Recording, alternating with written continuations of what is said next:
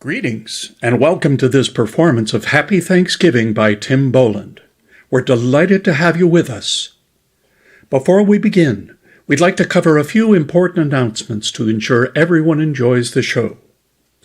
Please take a moment to silence or turn off all mobile phones, watches, and electronic devices. We kindly remind you that photography, video, and audio recording are prohibited. Also, please be informed that since this production is being live-streamed worldwide, you may occasionally be in view of the cameras. If you do not wish to be visible in the live stream or video recording, please sit in the back row. For your safety, please take a moment to identify your nearest emergency exit for use in the unlikely event of an emergency. There will be a 10-minute intermission between acts.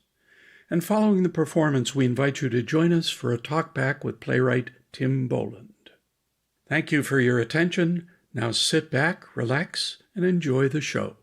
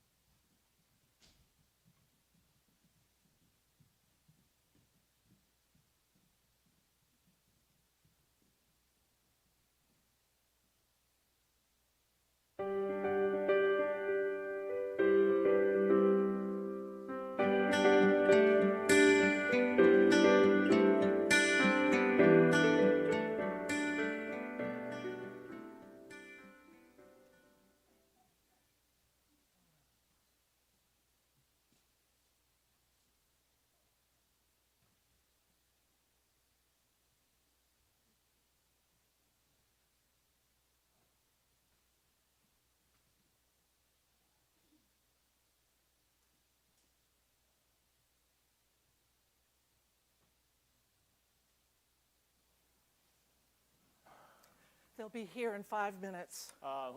Sarah and Malik? No, Debbie and Hector, they just called Oh, to protect us? to warn us, protect us, take your pick. What a Thanksgiving this is going to be. Relax, everything is going to be fine. You did take the Trump MAGA signs off the front lawn, correct? No. You left the Trump signs on the front lawn? Are you looking to start a fight with Debbie? Why do we have to hide who we voted for? What did we say about today? We're not going to talk politics. And what do you think those signs are going to say to her?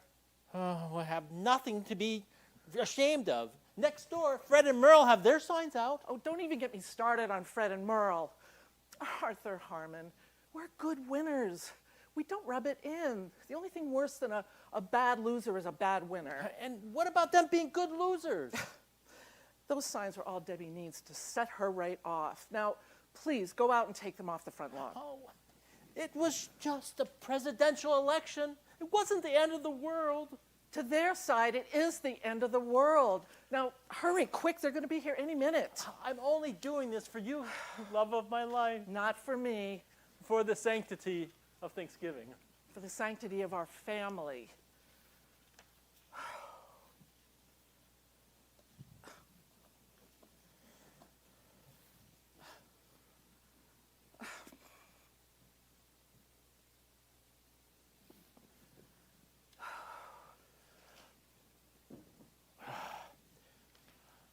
Happy?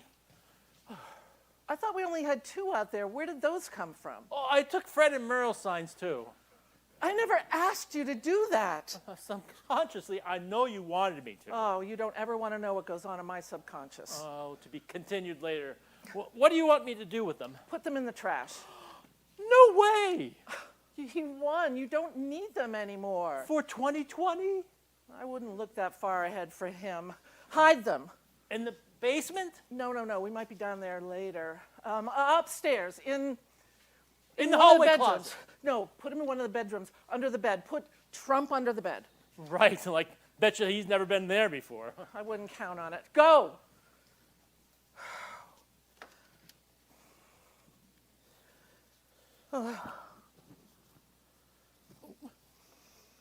This is not teaching them how to be good losers.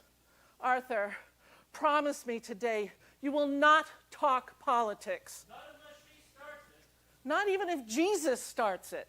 No politics. We always talk politics in this house. And you never wondered why our children moved so far away. Now don't pin that on me. This is Thanksgiving. There are no Democrats or Republicans on Thanksgiving. We're all just Americans. Until Black Friday starts, then it's every American for himself.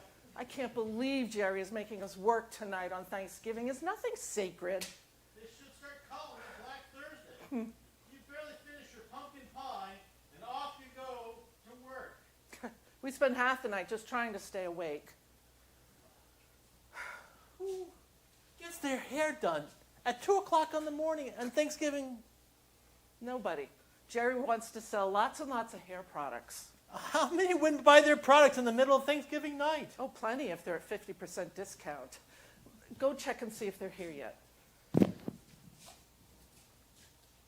Aha! Our firstborn has arrived. Oh, God bless this house, Heavenly Father. Sort of arrived. Sort of. They're just sitting in the driveway in the car. They must have seen you take those signs off the front lawn. She didn't see me. I looked back as I was coming in. Oh, God, I hope she took her medication. Her Trump drug? Don't say that. That's going to set her right off. Wait. Hold on. Hector is getting out of the car. Good. Oh, good. Hector is alone. He's walking towards us. Well, what's Debbie doing? She's looked like she's on her phone. Oh, good God. They're always on their phone. You would think they had one in their ear when they were born. Hector's coming towards the door. He must be running reconnaissance, checking the enemy out. We are not the enemy. We're family. No matter who we voted for, we are still family. Not to the losers. Arthur Harmon, stop that.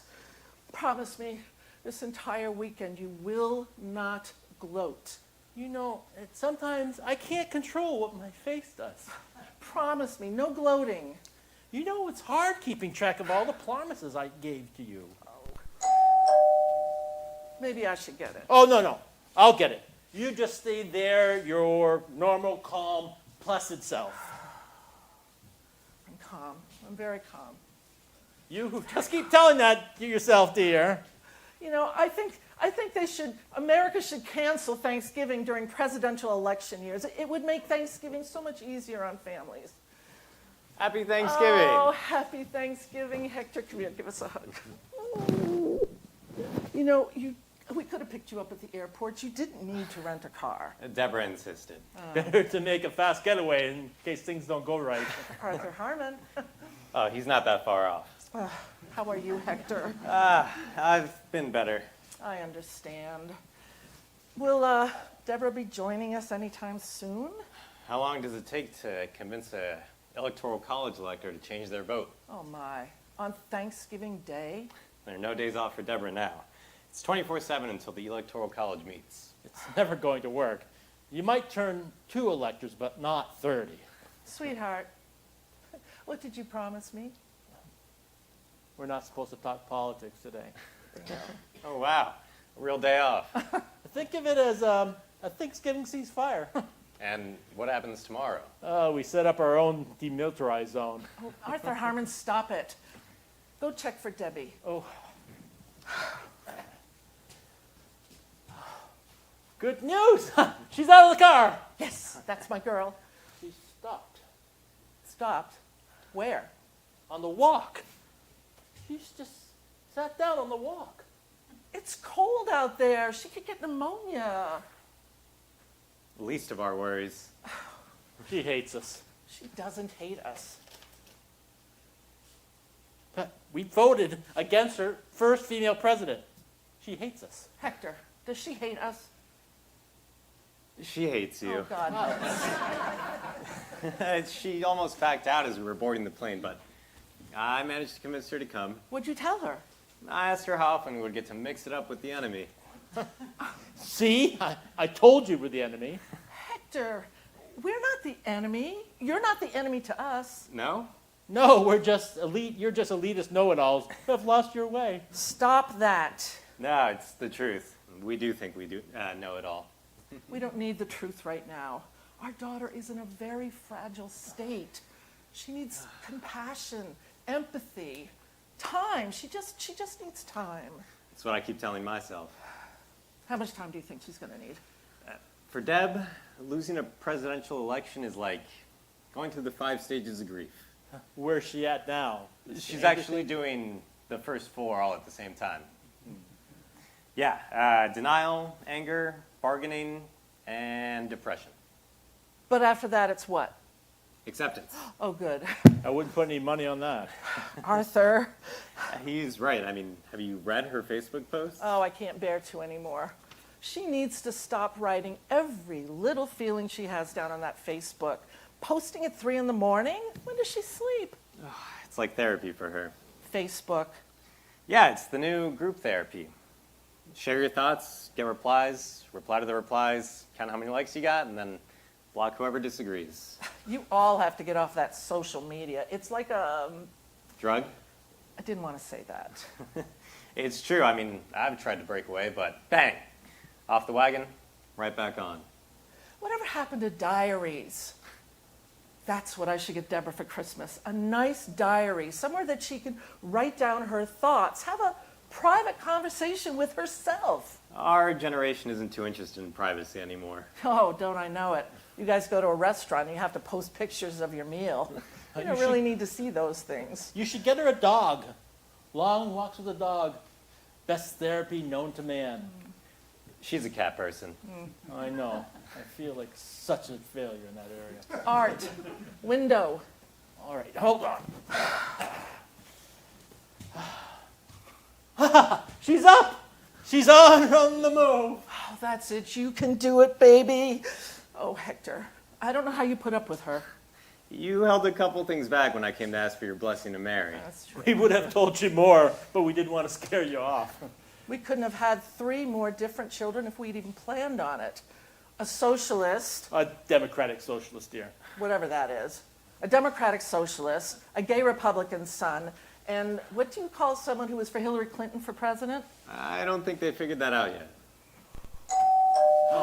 There she is. Patience wins. We're in here, darling. Oh, happy Thanksgiving. I don't want to be here. What did you do to your hair? It's so dark. When did you do that? After the election?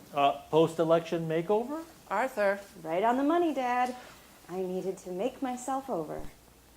that's what's going on down at the salon. What? All these women coming in the last 2 weeks wanting to go very dark, some of them wanting to chop their hair off. It's not a makeover, it's a political statement. Arthur, what did you promise me? I promised your mother we're not talking politics this weekend.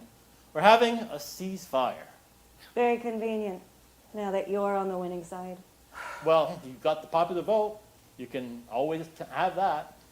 Arthur Harmon, she has a rental car. She can leave at any time.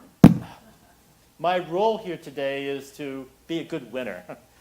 I'm not allowed to gloat or say, I told you so. Which you just did. Take their coats, dear. Hector. Deborah.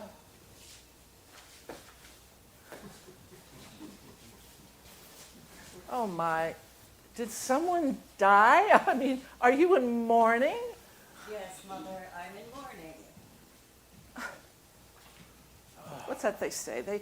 That it's always darkest before the dawn. It's past dawn, Mother. This is what your morning in America really looks like now. I have 2 parents and a brother who voted for a pussy-grabbing white nationalist, and I'm just supposed Your to father No, talked to hold- Robert. Hold on right there. You know, that's not the definition of a ceasefire. That's not it. If my brother starts in with his free enterprise, stop blaming the rich bullshit. I'm not sitting here and just listening. Please, sweetheart, we have to find a way to get past this. It's early still. No one really knows what's going to happen. Look at all the people he's parading through that Fifth Avenue Goldchintz Tower of his looking for jobs. Billionaires, racists, misogynists, they just... She's making it really hard for me to keep my promise, dear. You expect me to just sit here today, bite my lip, and please pass the cranberry sauce, knowing that people's lives are going to be irreversibly harmed in the next 4 years?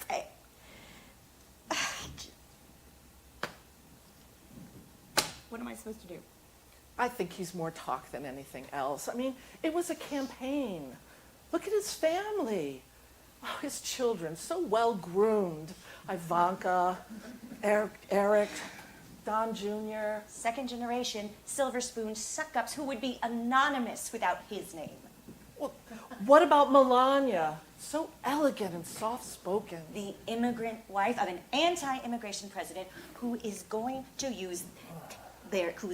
keep their 10-year-old son in New York until next June, costing taxpayers over $10 million a day to provide security. Get your ass to Washington. Sweetheart, I don't mean to pry, but did you take your, My anti-anxiety medication? well, you do seem rather anxious. Why don't you just call it my Trump drug? That's exactly what I called it. Not now, Arthur, not now. You think you've won, but it's not over. He can still be stopped. Not until the Electoral College votes are counted in December is it over. It's never going to happen. She's entitled to hope, Arthur. There's hope, and then there's reality. Right again, Dad. Hope died 2 weeks ago. No, hope is always alive. What do we have if we don't have hope? We're about to find out. This may well be our last Thanksgiving back here in Michigan. You are always welcome here, no matter who the president is, even a Democrat. Victor, tell them. Dad, we Tell don't know them. for sure. We're exploring relocating to Canada. You don't want to go to Canada? You think the winters are bad here. Nothing compared to there. We were up there for a wedding, remember the beginning of Yeah. April, and they still had 2 feet of snow on the ground. Not anymore. Global warming. In 10 years, they say it'll be like North Carolina. What? North Carolina, a red state. I will never visit or buy any products manufactured in North Carolina. Well, that's where you're lucky, dear, because nobody in North Carolina can buy anything made in North Carolina anymore. Not unless you smoke.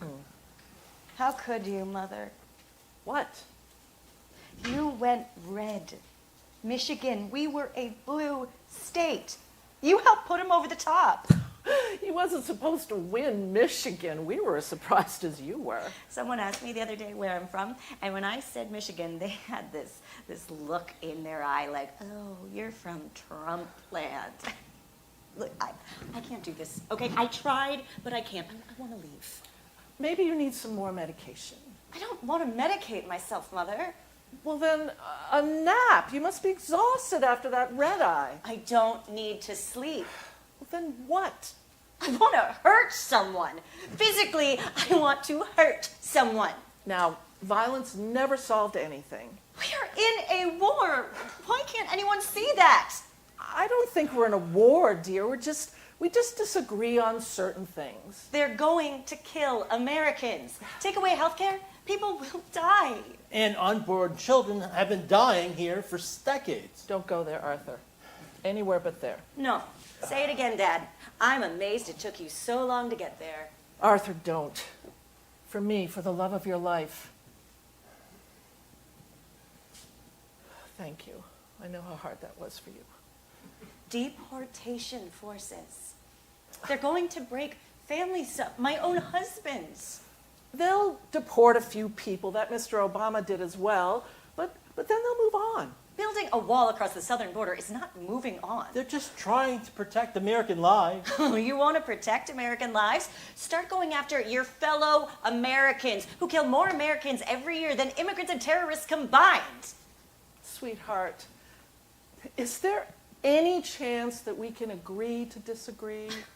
My own brother mocks me on Facebook, posts his conservative word vomit on my wall for all of my friends to see, and they ask me, what's wrong with your brother? If he wants blood today, he is going to get it.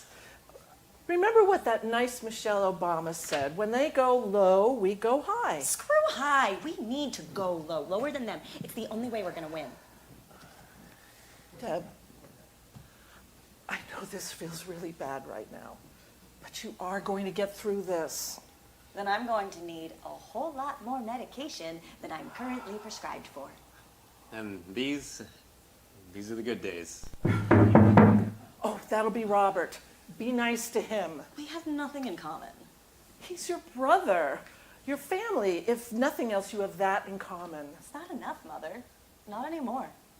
Some things are bigger than family. Oh, please don't say that. Oh, darling. Look there! See that? He's already starting, my capitalist pig of a brother. Please, Deborah, please do not call your brother a pig. Great to see you too, kiddo. Oink. Robert, what have I said about wearing hats inside the house? What about my First Amendment rights? Free speech out there, and here it's my rules. No hats. Off. Dad? You heard the general. Off with the hat. So much for the Constitution. Your mother suspended the Constitution years ago. We're under martial law at this point. Deb, I know you're hurting. I can feel your pain. This weekend, I come in peace. Stop. I am not sitting across the dinner table making everything nice with him. I'm here this weekend to watch some football and hopefully get some dark meat off the turkey. See that? What? That Republican sense of entitlement. He gets the dark meat, and we get stuck with the dry white meat. You have no idea how hard it is to cook a turkey. I try my best to make the white meat as juicy as possible. And you succeed every year, dear. Robert, today, you are getting the white meat. Thanks a lot, Miss Pantsuit Nation. I don't wear pantsuits. Then whatever it is your feminist brigade wears. Isn't it time to watch some football? Thank you, Hector. Never thought I'd say it. Saved by the National Football League. Bring on our Lions! You like watching young black men maim each other? Oh, I'm not telling them what to do. They choose it. Some of them are white too. Mostly young black men from lesser means, seduced by millionaires' megabucks to bash their brains in to end up with a post-football life of painkillers, depression, and suicide. We just streamed the movie Concussion. oh, there you go. What else do you propose? Why can't they play flag football? Flag football. Are you serious? Hector, how would you like to watch some flag football today? Please don't bring me into this. What is with this obsessive need for men to watch other men destroy each other in the name of sport? Football, boxing, martial arts. Grow up. Oh, Sarah and Malik. Thank you, Jesus. Happy Thanksgiving!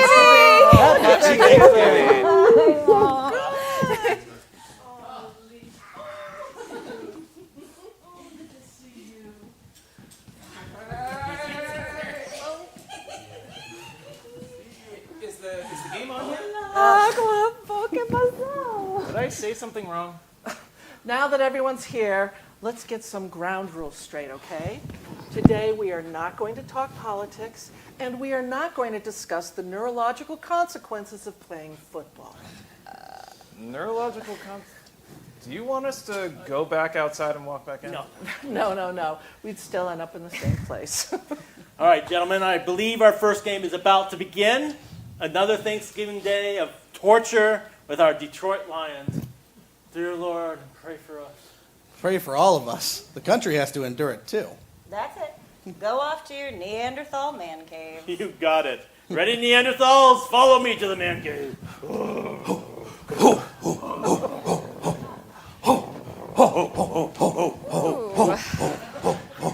Boy. It's amazing when men get together in a group. It's like they drop 40 IQ points. Oh, I've got to get back to the kitchen. Oh, we can help you. No. I'll be okay. Oh, you don't think we're very good in the kitchen, do you? Well, all of you are eating out in restaurants all the time. I don't understand that. We're very busy, Mother. We don't have time to cook. Make time. Well, Cooking is where you learn about yourself, about what's important. If you want to feed your soul, learn how to feed your stomach. maybe you could teach us today? No, another day. You two haven't seen each other in quite a while, so it's time to catch up. And remember, we are not talking politics today. Well, not talking politics. It's one of the things I'm the most proud of with this family. Everyone's so engaged. You mean at each other's throats. America needs to heal. This family needs to heal. Not talk politics? I never agreed to it. Okay, so how's it going flipping your electoral college votes? There are definitely some Reds who are thinking of switching. That's good. For Hillary? No, a third candidate. For some, another Republican. For some, a dead Republican. That won't get Hillary elected. But it'll keep him from getting elected. Are you still medicating yourself around the clock? Well, I never thought I'd be so grateful for the consumer raping pharmaceutical industry. Is all this still really worth your health, though? No. But I'll probably be much worse with the alternative. You had your alternative staring you right in the face. Right, your Bernie movement. Yeah, Bernie Sanders was the answer. Your candidate split the party in half. He's the reason we lost. No, you lost because you wanted a woman so badly for president you looked right past the better candidate. We Sanders voters still voted for her. It didn't feel good, but Bernie asked us to, so we did. This country was never going to elect a socialist. A democratic socialist. The American people would never know the difference. They hear socialist, they think commie or pinko. You think people are so incapable of nuance? Yeah? How do you think we ended up with this spell-challenged 140-character Twitter freak? Make America Great Again definitely seemed to connect. What does that even mean? Great when? Great for who? I don't know, but 60 million people seem to figure it out. You were also caught up in this vision of coronation of the first female president. You stopped paying attention to all of those voters incapable of nuance. They are. Or maybe they're not interested in nuance. Did you ever think of that? They just voted for this man of the people who would never let them within 500 feet of one of his private members-only golf clubs. I mean, how could they be so asleep? As opposed to us woke ones? These people are simpletons. Or maybe we've become too complicated for our own good. How can you be so calm about this? He got elected. The thing we never imagined happening happened. It is what it is. How can you say that? You know what's coming. It's going to be bad. Very bad. I know. We have so much work to do. Just thinking about it is exhausting. Look, I don't know what's happening out there, but maybe there's something going on with half the country that we need to take the time to understand. I don't know what there is to understand. If the facts are staring in them in the face, they won't accept it. I don't have the time or energy to understand them. It's taking everything I have just to fight them. But how can we fight them if we don't take the time to know them, listen to them? I don't want to know these people. Then be prepared for them to win more elections. You're surrendering. I am not surrendering. Anything but. Life goes on, dear sister. Life goes on. What? Life goes on. New life goes on. Wait a minute. Are you and Malik? We're creating a future blue voter. Hopefully a progressive. Oh my god! Oh my god! Oh my god! Oh, you're smiling. Have I made Elvira smile? God, I feel so powerful. I can't promise it's gonna last. Well, Deb, it's Thanksgiving. I'm pregnant. Allow yourself some joy. We need to feel joy. Okay, but you wanna know what really gets me? If he makes it to Washington, we're never gonna see his tax returns. Joy, dear sister. We need to feel joy.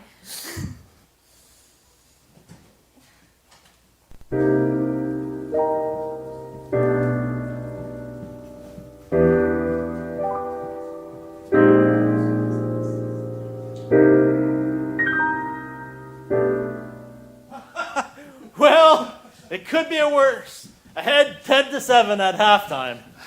Lions are going down. Certain as death and taxes. How can you be so sure? First team ever to go 0-16 in a season. Never been to a Super Bowl. One playoff win in 60 years. If they're so bad, how do they keep getting a game every Thanksgiving? Tradition. There's nothing more American than turkey, yams, homemade pumpkin pie, and the Detroit Lions stinking up the biggest meal of the year. It's really not fair. Our Michigan car and manufacturing industry went south to Mexico, and we got stuck with the Detroit Lions. Mexico would love to have the Detroit Lions. No, Hector. No matter what one feels about Mexico, not even Mexico deserves the Detroit Lions. So why do you keep rooting for them? Because they're our Lions. And what would happen if they did win a Super Bowl? Well, they never would be our Lions again. We'd just be one of many champions. You people need professional help. Oh, straighten up, gentlemen. The CEO is in the boardroom. Is the game over? We only wish halftime. How far behind are they? Actually, they're ahead. Well, that's not good. Could they actually win? If they do, they'd be in first place in the division. Could they actually go to the Super Bowl? Mother, don't even put thoughts like that in our head. Okay, which one of you big, strong He-Man wants to carve the turkey? I've never carved a turkey before. No better time to learn than Thanksgiving. Well, do you have one of those electric knives? No electrical accessories in this house. Real men use real knives. Why don't you come into my cave? It's called the kitchen.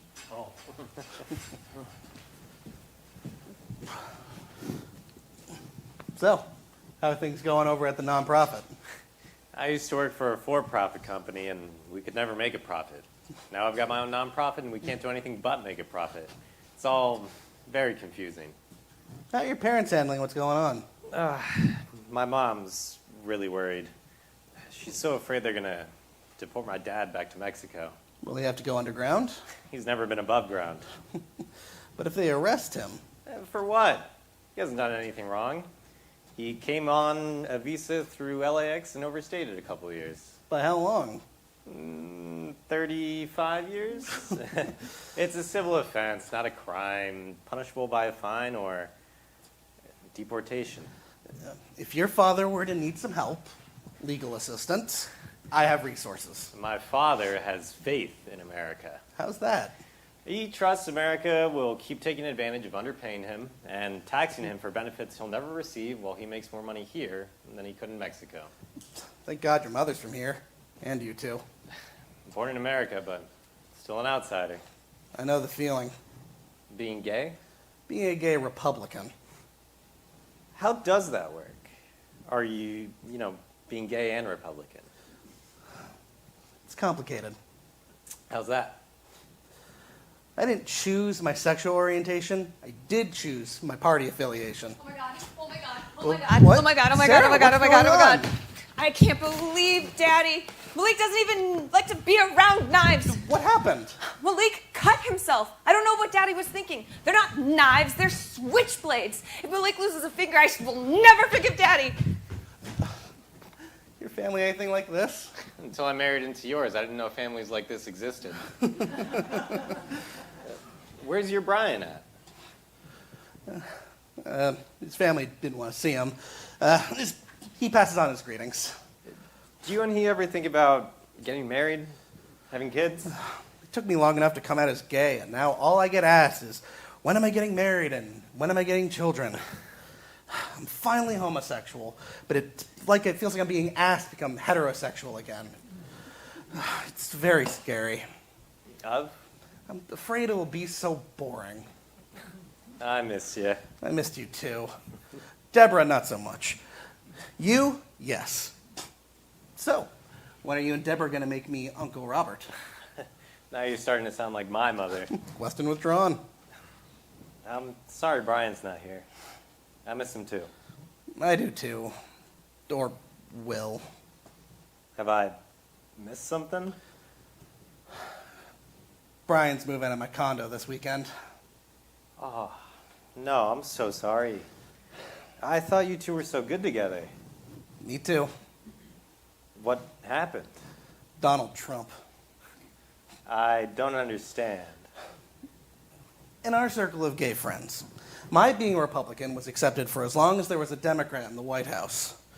But within 48 hours of the election, our couple became persona non grata, blocked, unfriended, social pariah. Brian wanted me to go back into the closet.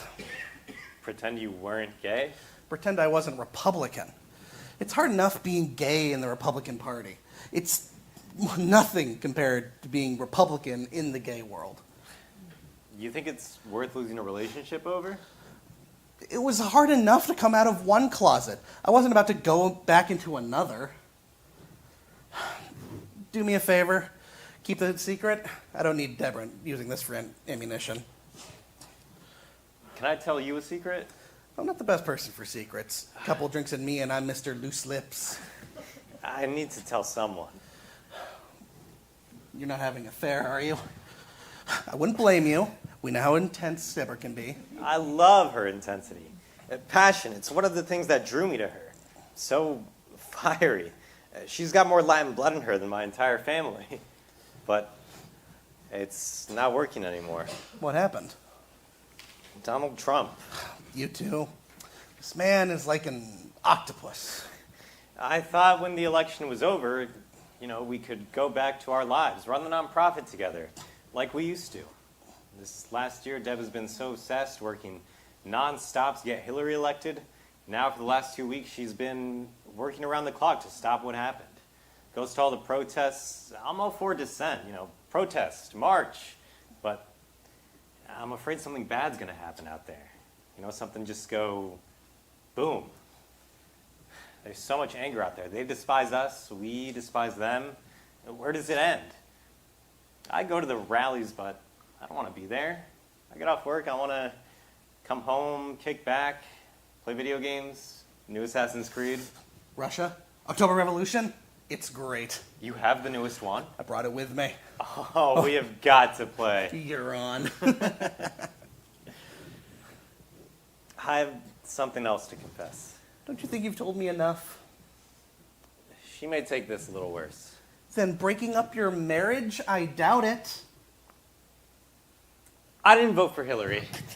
You're right! She will take that worse. If you need to end your marriage, you're going to have to tell her that. But not voting for Hillary, don't ever tell her that. Oh, I feel so guilty. Guilt is good. Do you want to know who I voted for? No, I already know more than I can handle. Yeah, you're smiling.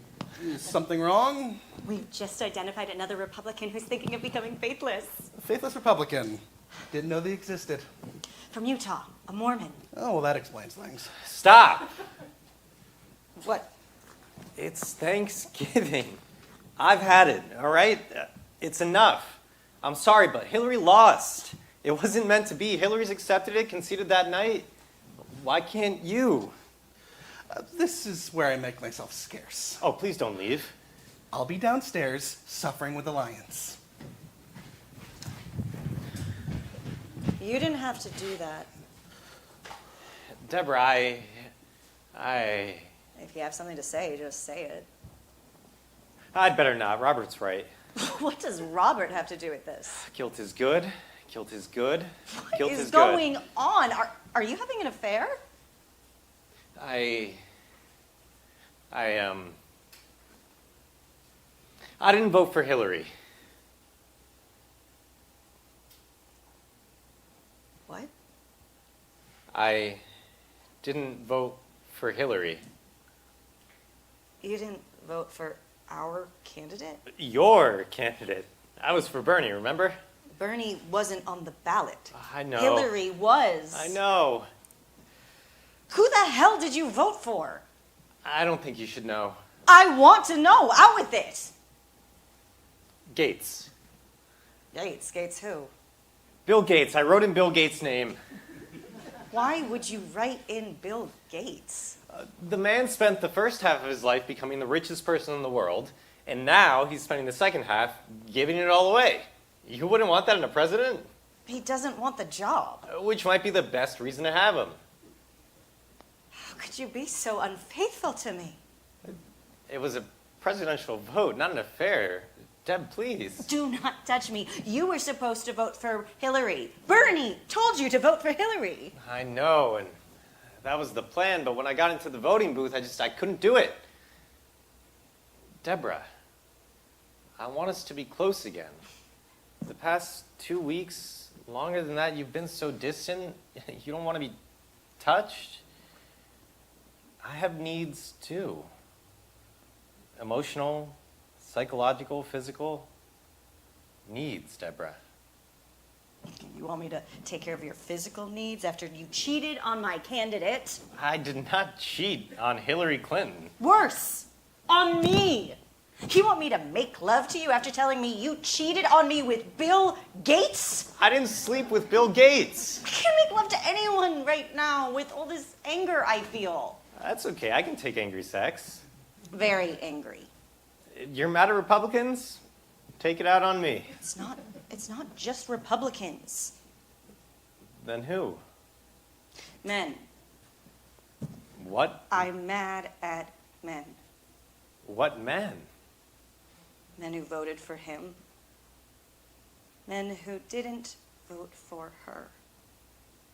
Deborah, you can't be mad at half the population. That's the way people get cancer. I'm not the only woman that feels this way. Plenty of women I know feel this way, that they don't want anything to do with sex after the election. Deborah, there isn't another presidential election until 2020. Well, you should have thought of that before you voted for Mr. Microsoft. Deborah, I want us to start a family. Bring a baby into this world after this country just elected that man? We can't keep putting it off. Pretty soon we won't be able to. I told you, I'm not ready. When? When will you be ready? If you don't want a baby with me, just say it. When we first met, I was completely upfront with you. I told you what drove me. And I love you for it, but I can't do this anymore. I want a life. We have a life. No. This life of politics, consuming everything, is not a life. We were making a difference with our nonprofit, boots on the ground, you know? We were helping those who needed help the most, forgotten people. But for the last year, you haven't been there. We were a team, Deborah. I need you. There and at home.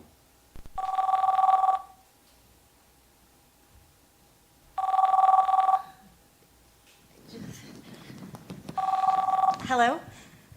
Oh, where? Oh, from Idaho. That's good. That's a red state. Deborah, we were talking. She's 19 years old? Voted once in her life, and she's already an electoral college elector. How does that happen? Deborah, we were talking. Hang up. I'll have to call you back.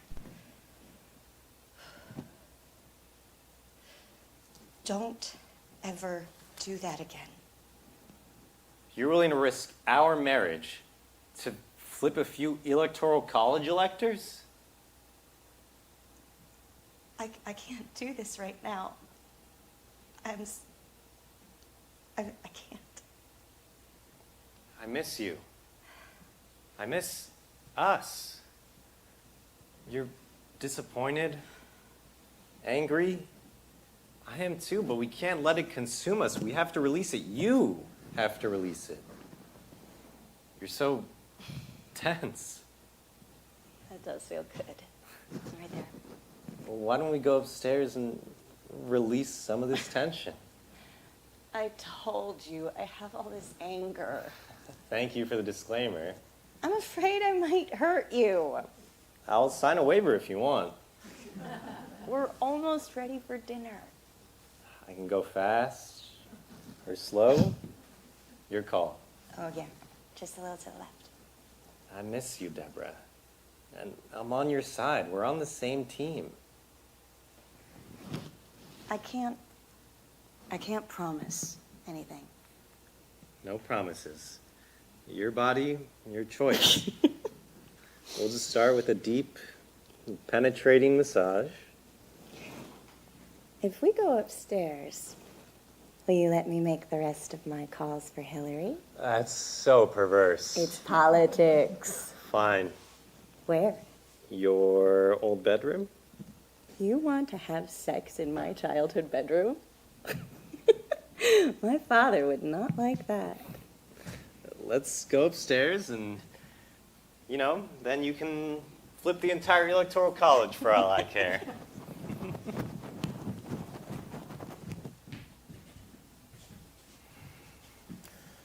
Sarah's never going to forgive me for this. It's not your fault. It was mine. I took my off the bird. We should have gone with the electric carving knife. I might be missing a whole finger at that point. One summer when I was young, I worked in construction. Unbelievable. Guys missing fingers, pinkies, indexes, toes. No big thing to them. They compare their missing digits to like it was some badge of honor. Well, what kind of a man would be proud to lose a finger? I guarantee you Hillary didn't get their vote. That was the summer I committed to making my living with my brain instead of my hands. Same with me.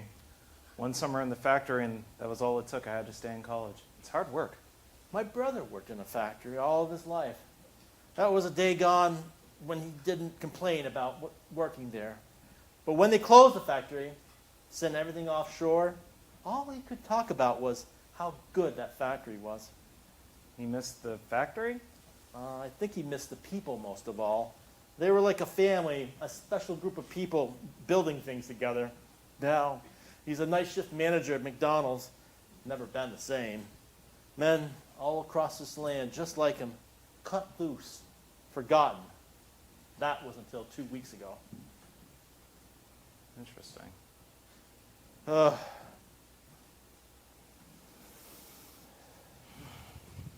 Hey, What's the score down there? Lions are running true to form. Vikings kicked a field goal. It's tied. 10-10. It's over.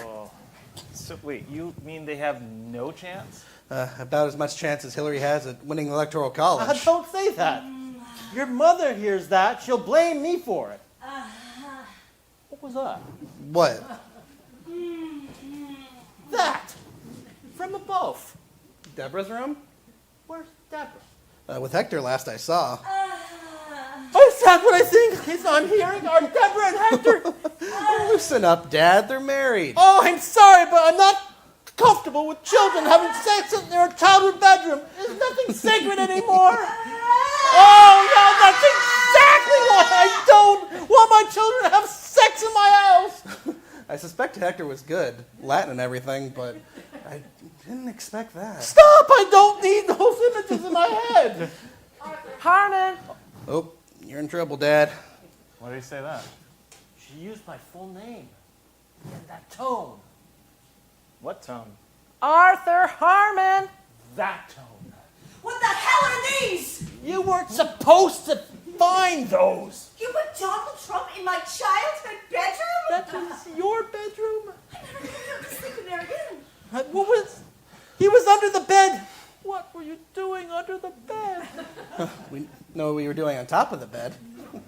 No, you don't, Robert. My husband was giving me a massage. Well, it must have been one hell of a massage. Hector, are you available without an appointment? Bug off, Robert. So if you were getting a massage, how did you find them? One of my earrings fell off, and when I went under the bed to get it, these were in plain sight. They were not in plain sight. They were hidden under the bed. Arthur Harmon! Ooh, you sound in trouble. What did you do now, Dad? Wish me luck, gentlemen. Hey, while you're at it, you can throw these in the garbage. No such thing. They're souvenirs. Souvenirs. Well, this is what I think of your souvenirs. Stop that right now! What? Do those signs are Merrill and Friends next door! They won't be needing them now. The voting is over. Deborah, stop! No! That's enough! Stop, Deborah!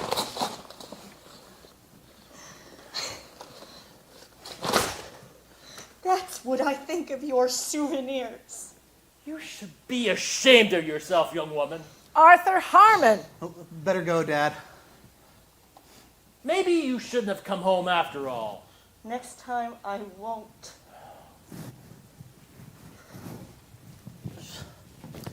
You know Sarah uses that same tone with me? What? Well, uses my full name when I'm in trouble. My mom, too. And the same tone. Malik Henderson! Deborah does the same thing to me. I do not.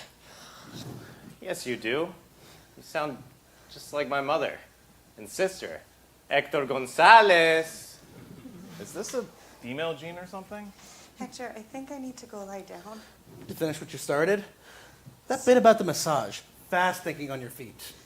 Zip it, Robert. Right back at you, sis. I'm coming. In a minute. Hector Gonzalez! That's the voice. Wash up, everyone. Dinner's going to be served shortly. What about our Lions? We don't want to miss them losing. Tape it. Your mother worked very hard today. What are those doing here? Well, why don't you ask your oldest daughter?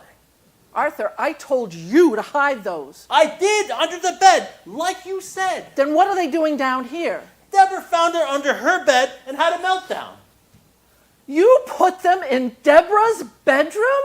What were you thinking? I got the rooms confused. How can you get your own children's bedrooms confused? See, they've all been gone for so long, and I was moving very fast. You should have put Donald under my bed. I am the Republican here.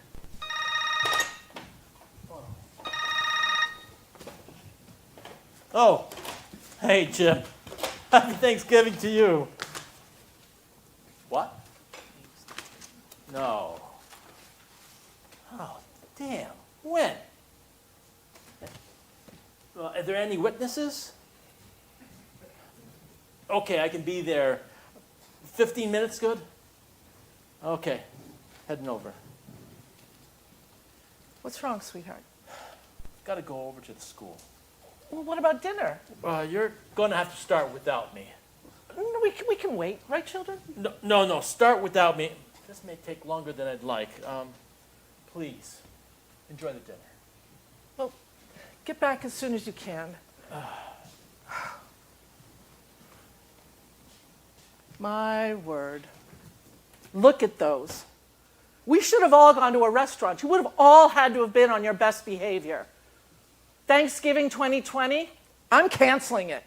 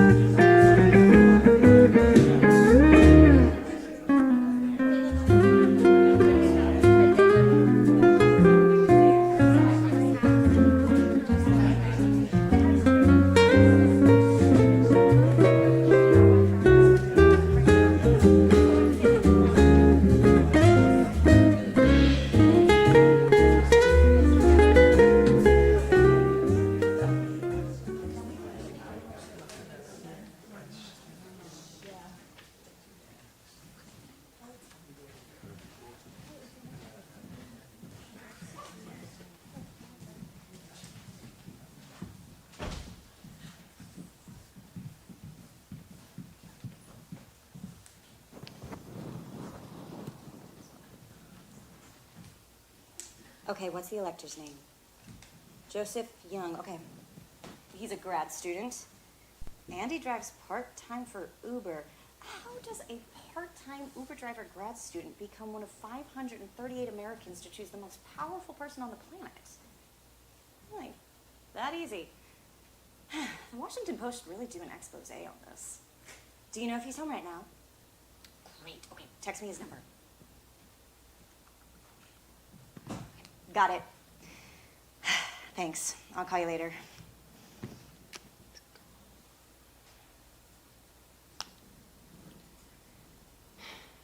Hello. Is this Joseph Young? Hi. Happy Thanksgiving. My name is Deborah Harmon Gonzalez, and I am calling on behalf of the sons and daughters of Alexander Hamilton. No, we're not really actual descendants of Alexander Hamilton. Descendants in spirit. Did I see Hamilton the musical? Who can even get tickets? You have the score. My husband has it too. Yeah, he has a serious bromance with Lin-Manuel Miranda. What? Yes, I know it's Thanksgiving, and I give thanks that you are making the time to talk to me. You have only a few minutes. You've received 10,000 letters. Death threats. That's terrible. And 3 marriage proposals. My God, what will people do to win an election? So Joseph Young, you're what? A descendant of Brigham Young? Wow, do I believe in polygamy? Well, I am pro-choice, so I guess if they choose it. So Joseph, I received information that you're having second thoughts about your electoral college vote on December 19th. Your state has a law about breaking your pledge to vote for the winner. $1,000 penalty if you switch? That's just to intimidate you. May I remind you, the Electoral College is under federal jurisdiction. Trust me, you'll never have to pay it. Would we pay your fine if it came to it? I'd have to get back to you on that. But what I can tell you is that there has never been an elector who has been prosecuted or fined for voting for someone other than who they were supposed to. You took an oath to God. Oaths are good. Do I believe in Jesus? Well, let me ask you, who do you think Jesus would vote for if he were an elector like you? Really? You think Jesus would have voted for Bernie Sanders? Yeah, I agree. If Hillary had chosen Bernie as her running mate, she would be president-elect today. But he didn't, she didn't, and we are left with this man from the dark side. Am I a Star Wars fan?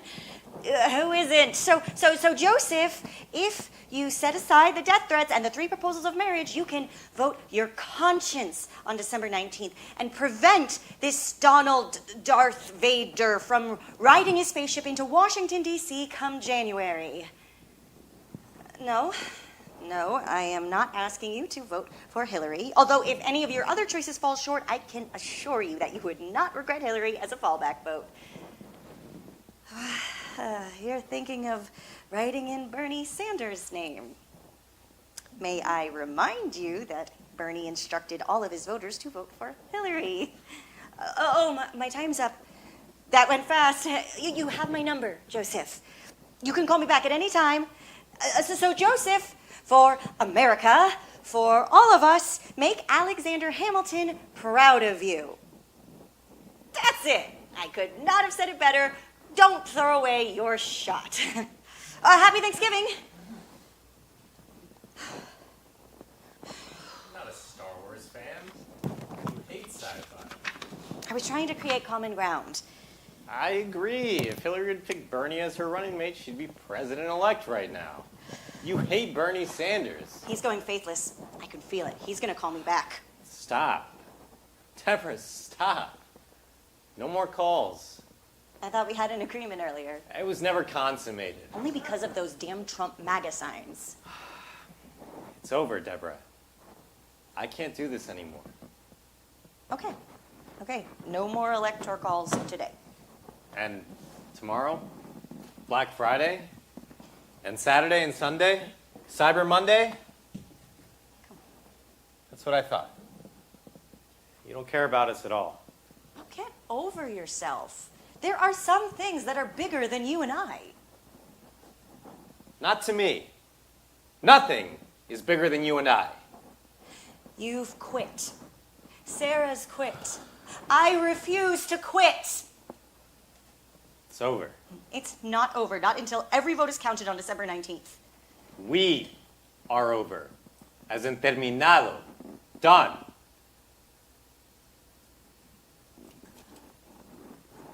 Please, just give me a little more time. December 19th, it'll be here before you know it. Help clearing the table. That was great. Oh, there you two are. Is everything okay? I am so full. Full. Great job, Mom, as always. Oh, turkey wasn't too dry. It was great, especially the white meat. Liar. He's not lying.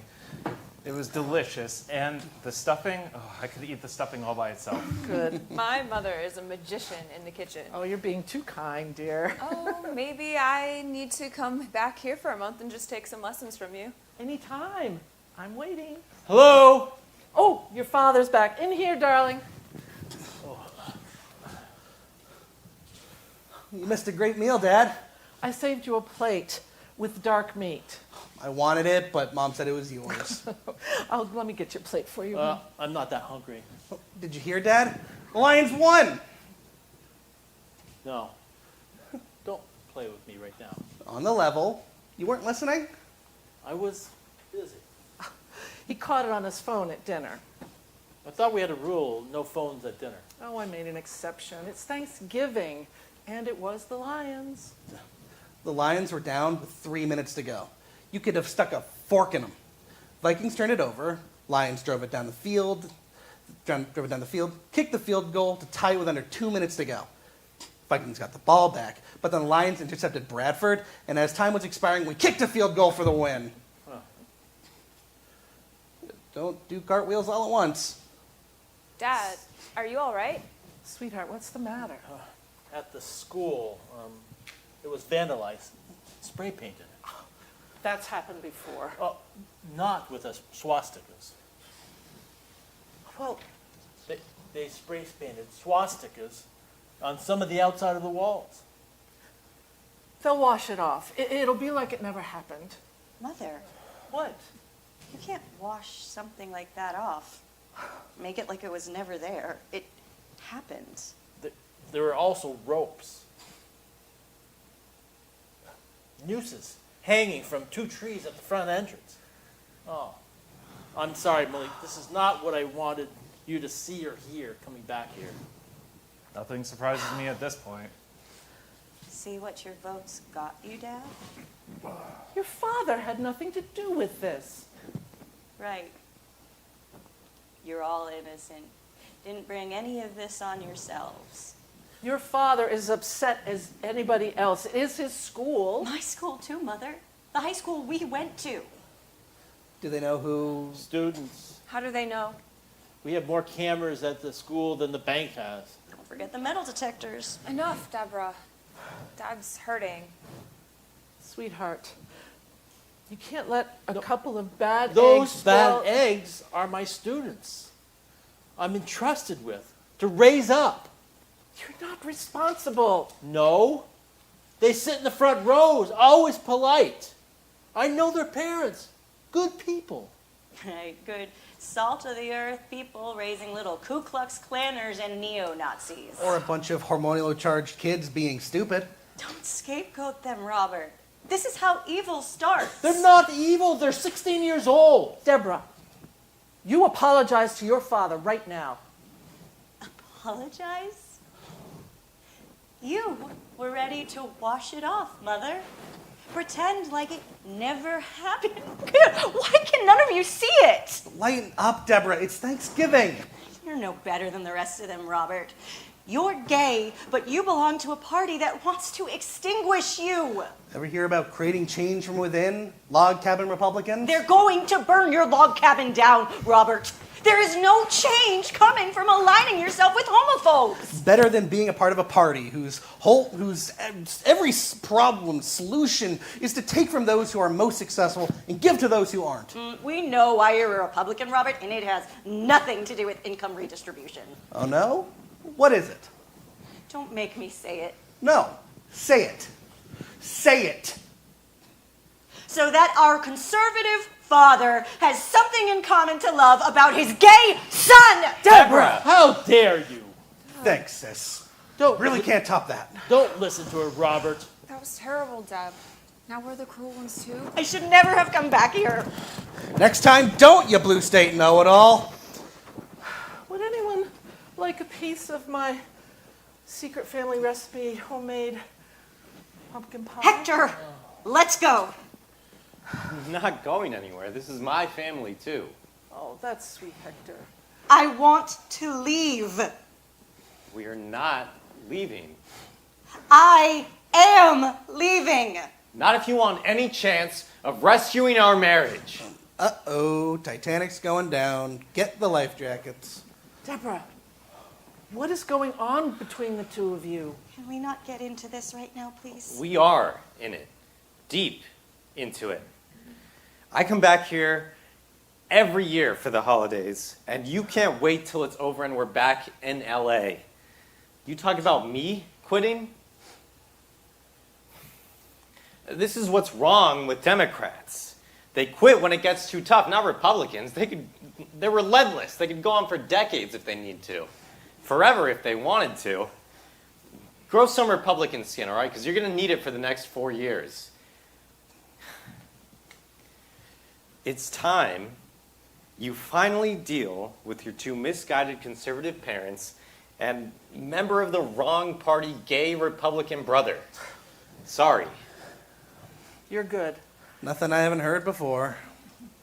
Stop trying to convert all these electoral college electors and start working on deprogramming your own mulish conservative family members.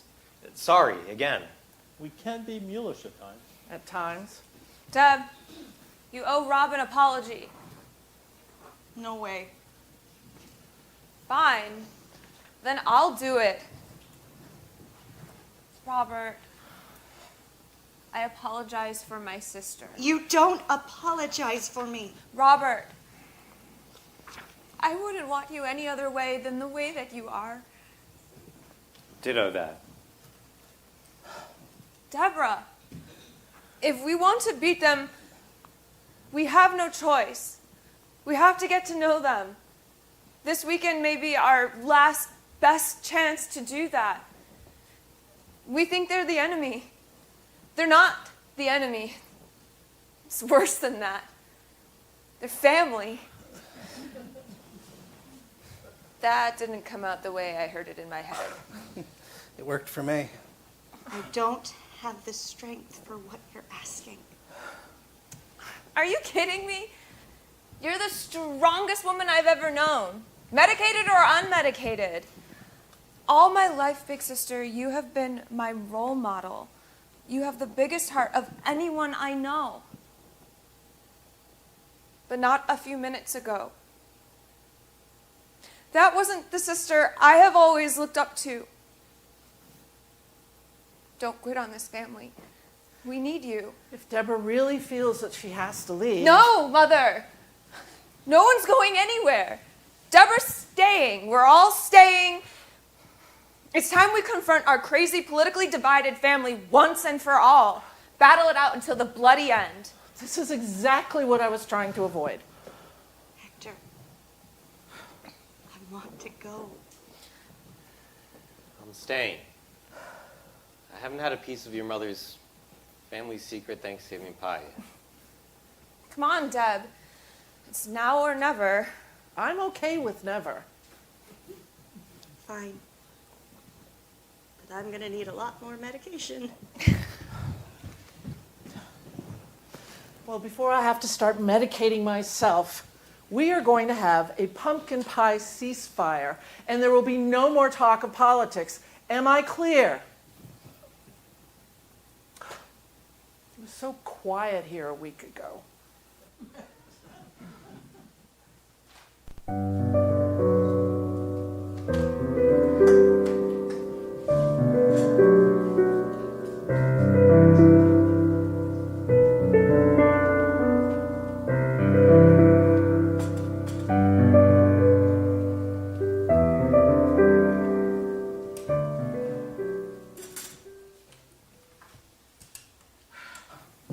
This is so good.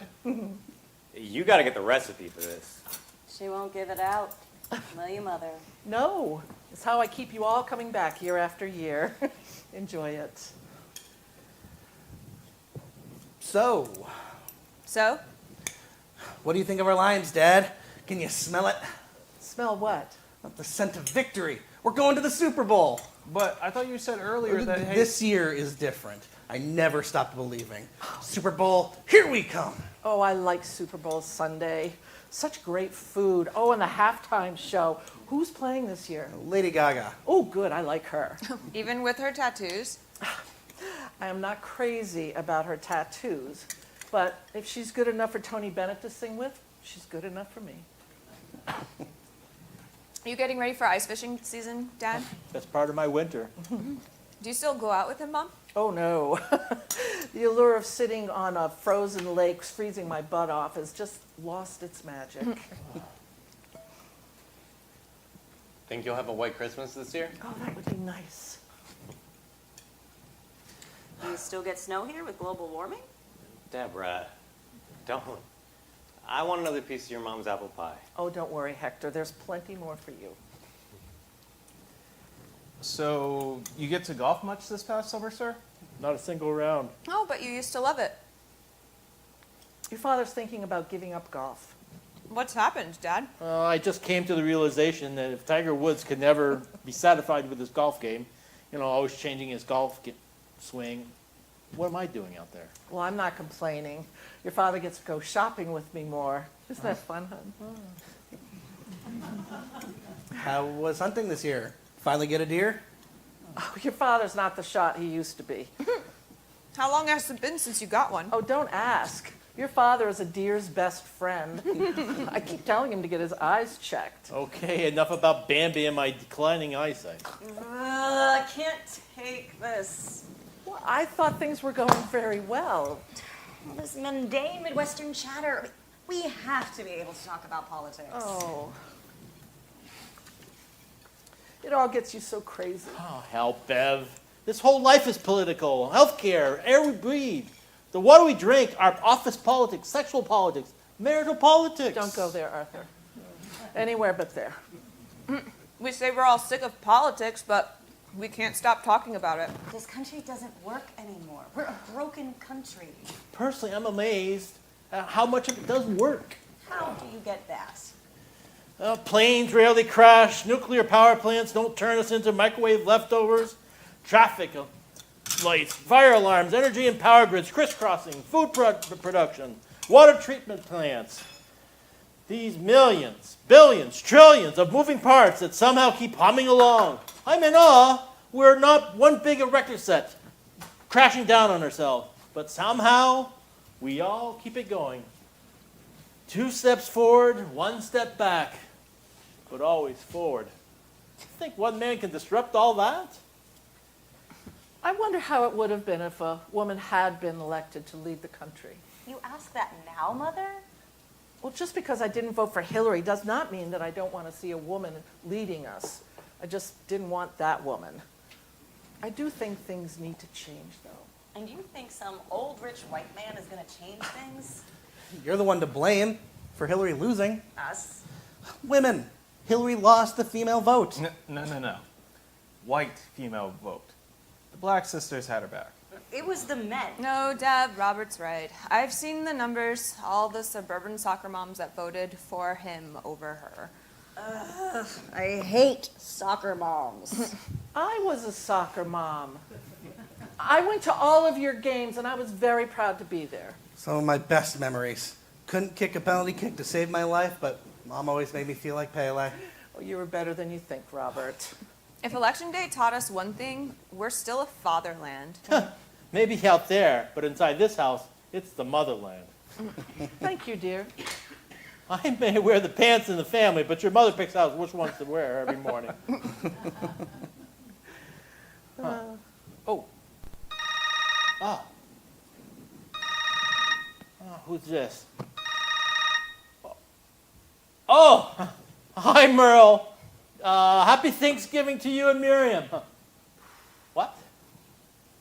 Your Trump signs on the front lawn are missing? Mine too? And Fred's too?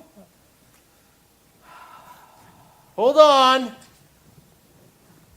Well, I'll be damned. You're right. They're gone. You want to report it to the police. Are you sure, Merle? It's Thanksgiving. Our guy won. That's the important thing, right? You got it. Make America great again. Hoo-ah! See you soon. Love to all. I think I'm gonna be sick. Never say a word about those signs under the penalty of death. Where were we? Mom tells you which pants to wear every morning. Well, not every morning. I didn't vote for Hillary. What did you say? I didn't vote for Hillary. I voted for him. Him who? Mr. Make America Great Again. If this is meant to be comic relief, it's not working. It's not comic relief. I voted for him. This gives a whole new meaning to sleeping with the enemy. The person divorced an entire family? Have you lost your mind? Donald Trump is a gift to us. Oh my God, I'm expecting a child with you. What did you say? Do you have something to announce? Is our baby girl gonna have a baby? You were planning on trying to tell them this weekend, right? We have a future lefty in the oven. We're gonna have grandparents. Uncle, way to go, sis!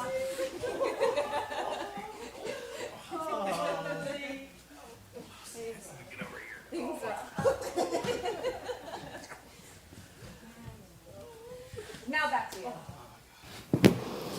Inside that voting booth, did you have a brain seizure? Bernie asked us to vote for Hillary. I voted for her. Hector voted for her. Actually, Hector didn't vote for her either. What? I didn't vote for Hillary. I thought we were all supposed to hold our noses and vote for Hillary. Right, that was the plan, and I did, hold my nose. I just, I couldn't get rid of the stink. I love this. No wonder you people lost. But who did you vote for? You don't want to know. Bill Gates. Bill Gates? I didn't even know he was running. He should have been. Oh my God. Think about it. Donald Trump is the best thing that's ever happened to America. This sleep-disordered, self-absorbed, social-disrupting Twitter freak is going to blow it all up. The Republican Party? The two-party system. The whole thing. Racist, sexist, rapacious America that stole this country from its original inhabitants. Are we never gonna be off the hook for that? Not unless you give back all the land you stole. That's never gonna happen. Then plan to keep on hearing about it. Malik, could you not do this? It's Thanksgiving. Well, you said that you wanted to get through all your crazy family dysfunction. Yeah, I'm okay with a little dysfunction. Fine. I'm sorry, everyone. I'm just a guest. You're not a guest. You're part of the family, right, Bev? Absolutely. So I can speak the truth? I wouldn't have it any other way. We have been living through centuries of denial. Where we've come from, what we've done to each other, who we are, and for what? Money, money, money. Has it made us any happier or better off? Half the country is overweight and in therapy, and the other half is on food stamps and opioids. Blow it all up, Donald. Blow it all up. Then we'll be getting the second revolution we've been wanting. Malik, Please tell me you're not putting any of this on social media. We're not a country. We're a machine. What machine is that? The American money machine. The soul-crushing system of free enterprise and capitalism, devouring everything in its path, pitting us against each other to maximize power, profits, and patriarchy. Ooh, I like the way you put all those P's together. Alliteration, not intentional though, it just came out that way. Sarah, I thought you said your husband was a computer programmer. He's so much more than that, Mother. I agree. I am not going to work tonight. Hold on, dear. It's Thanksgiving. Jerry and the happy hairdresser, screw him. You could lose your health insurance. Oh, I'll survive. There's nothing Jerry can do that can be worse than what I survived on the operating table. I say down with Jerry and his money machine. I say down with the patriarchy. Whoa there. You can't repeal without replace. You're looking at the replacement. Jerry and the happy hairdresser can kiss my sweet derriere. Alcohol in those pies? I did not vote for him. What? I voted for her. Mother, oh, I love you after all. Not so fast. It was the other her. What other her? That nice Green Party candidate, Jill Stein. You voted for the Green Party candidate? You don't care about the environment? She got 1/2 of 1% of the vote. She has the nicest white hair. She doesn't color it. Mother, you don't vote for the president based off whether or not they color their hair. Why not? Why not? As a hairdresser who colors women's hair all day long to hide who they really are, I thought, I can trust this woman who doesn't color her hair. You don't think that's Donald Trump's natural hair color, do you? You canceled my vote. I did not cancel your vote. Your vote counted. Oh, yes you did. You canceled my vote. Have you done this before? Let's not get into this now. dear. Oh, you've done this before. God, I'm married to a complete stranger. I didn't vote for him either. I think I am losing my mind. Who did you vote for, Robert? Had nothing to do with his hair color. I realized where I lived, my vote wasn't going to make a difference. So I went for the live and let live candidate, help him qualify for federal funding. Who is the live and let live candidate? The libertarian, Gary Johnson. Oh, third-party candidates, they are ruining democracy. What the hell happened on this family on Thanksgiving Day? The pollsters were polling the wrong people. They should have been polling this family. I am moving to Canada. I don't care if they have snow up there. I am not. I'm Latino. We hate the snow. I don't even want to visit. You know, if you really want to change things, you should move to one of the red states. Have to listen to country music 24 hours a day? No way. If you brought all your blue vote friends from California and New York, they have more blue votes than they even know what to do with, you could move to all the red states and turn them blue. You don't have to register more voters. You need to invade. I'd never be able to survive the food. Like fried chicken, fried fish, fried steak, fried vegetables. Fried tacos. Fried biscuits. Fried gravy. Oh. A heart attack just waiting to happen. Your tofu and lentils. Give me Texas pulled pork and Kansas City burnt end any day. You are making my mouth water. We're not one nation under God indivisible. We're two Americas. Two stories. What two stories are those? Halves America versus not halves of America. Coastal America versus Heartland America. Pro-choice America versus pro-life America. White America versus brown America. Straight America versus Rainbow America. Urban America versus rural America. My God. We really are two different Americas. How did that happen? Thank your founding fathers. No, we could use them today. Those only men can vote all men are created equal slave owners? They lived in a different time. You don't get a free pass for racism and sexism because you lived in a racist and sexist time. Washington, Jefferson, Madison, Hamilton, I don't care how damn popular that musical was. Champions of democracy do not create the great compromise to have this voting monstrosity we call the Electoral College, where the one who loses the popular vote gets to be the winner. They did that to protect the smaller states from the larger states. They did that to protect their cotton-growing money machine and keep it in place, declaring slaves 3/5 of a person so their southern states can maintain an electoral college advantage while keeping their free black labor force in bondage.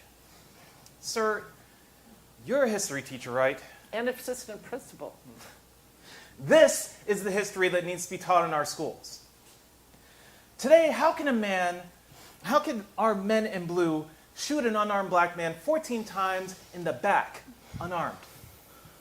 It's because they're seeing 3/5 of a person still. We're not 3/5 of a person. We are a whole number. We're not a fraction. I'm not a fraction. This sacred document, called the Constitution, was written by men who bought and sold fellow human beings like livestock. And 200 years later, we're supposed to still be living blindly by their words? Well, to hell with that and to hell with them. We need to take these Liberty Bell charlatans off this Mount Olympus we put them on. Stop treating 1787 as if it was a golden age of politics and political enlightenment, and start building an America for the 21st century that is not dependent on the words of a few wig-wearing, racist, and sexist hypocrites. Malik, I don't think I've ever heard you speak more. I'm sorry, this election's made me a little crazy. You should go into politics. I think I would vote for you. You wonder why I fell in love with this man. You all heard it. You're all my witnesses. She said that. Okay, that still doesn't let you off the hook from voting for him. Blow it all up, Donald. Blow it up, you white Jesus. What did you call him? White Jesus? Don't go there, Malik. The founding fathers were fair game, but please just leave Jesus out of Thanksgiving. Your father can handle it. He's a strong man.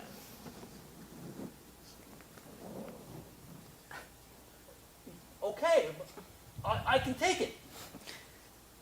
The white Jesus lie. The lie that Jesus was a white man. I agree with Sarah. I think we should change the subject immediately. We're not changing any subject. You think Jesus was what? Black? I didn't say that. But definitely not your Western European white Jesus that we see on the cross every Sunday, who would have burned up like toast standing under that Middle Eastern sun all day long. The man was a Jew from the Middle East. Your Jesus looks like he just stepped out of a British rock band. He certainly was no Andrew Lloyd Webber white Jesus superstar. So if Jesus wasn't white or black, what was he? Mocha. Mocha Jesus? I'm not sure I'll be seeing that at Starbucks anytime soon. I'm at a complete loss for words. Well, I never thought I'd hear that. But when you stop and think about it, I mean, standing out in that hot sun all day long, no copper tone. With Mocha Jesus. I'll be damned. There's a lot of lies and myths that we grow up thinking are the truth. It's not easy letting go. But why don't we go watch some football? No, we need to help clean up the kitchen. No, dear. You go downstairs. You're dealing with a lot right now. Mocha Jesus. I'm going to need some time to process this. Take your time, sir. It's a lot to take in. Robert, Hector, will you please go with Daddy and don't leave him alone with Malik? Sarah, please don't ever lose that man. I don't care who you voted for. Oh, I need to go clean up the kitchen. No, Mother. You've done enough today. I'll clean up. You just relax. Are you sure? I can help. No, no. You and Mom take some time together. I have to learn how to be in a kitchen.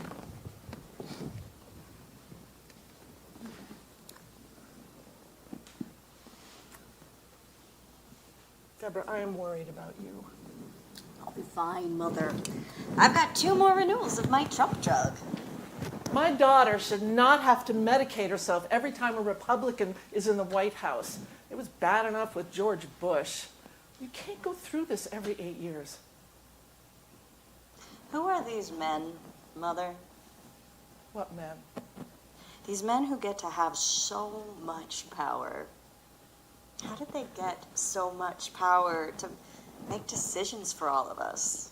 Decide our lives, change our lives? People they don't even know. It's like they can't see us. What will it take for them to see us? Oh, I think they see us very well. We scare the hell out of them. What will it take to change things? You know what your problem is? You feel too much. You feel for everyone in the entire world. Empathy, it's your most beautiful quality, but you need to do it in moderation. You can't make everybody's problem your problem. There's no end to it. I see people suffering and I can't stop thinking about them. How can you take care of others if you can't take care of yourself? I believed in her. She was so close. We were so close, Mother. I know. When do we get to be in charge? I don't know, but I do hope to see it in my lifetime. I love this country. I do. I know there's good here, but there's so much hate. And I'm becoming part of it. I hate the other side. My own father. He believes that we should have no control over our own body. It's more complicated than you think.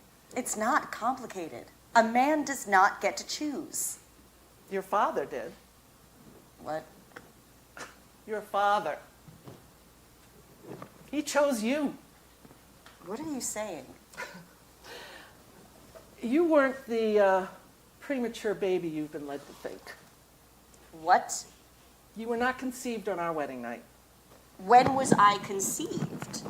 Before. My church choir mother had premarital sex.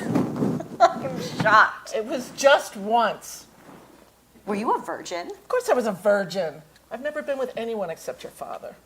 My holier-than-thou father seduced my Sunday school teacher mother into premarital sin, huh? Not exactly. What do you mean, not exactly? It was more the other way around. You seduced Daddy? I couldn't hold on to my virginity anymore. It was just making me crazy. Plus, I needed to know that it was good with him. Your father was a virgin, too. Who knew he would hit a home run his first time at bat? Go Tigers. How did Daddy choose me? I wanted you. But I wasn't sure I was ready to have you. I thought, I'm too young. This is going to be too hard. I'm not going to be able to continue my studies. I'd even made an appointment at a clinic to, What happened? Your father convinced me that you deserved a choice, that you deserved life. I look at you and I think that if it wasn't for your father's belief in you, you wouldn't even be here. It haunts me to think that I came so close to ending it. I'm a pro-choice woman saved by a pro-life father. Yeah. I told you it was more complicated. I'm an accident? You were not an accident. You were forced to get married because of me. We were not forced to get married. We were in love. It all worked out in the end. How could you be so certain it would? I had faith in your father. You should have known him back then. He was like a drug. Oh, Mother, please. There is only so much I can handle in one day. Well, The good news is that we're still married after all these years. And your father and I don't have a single regret except you becoming such a liberal. That was not in the plan. You win some, you lose some. This is not going to turn me pro-life.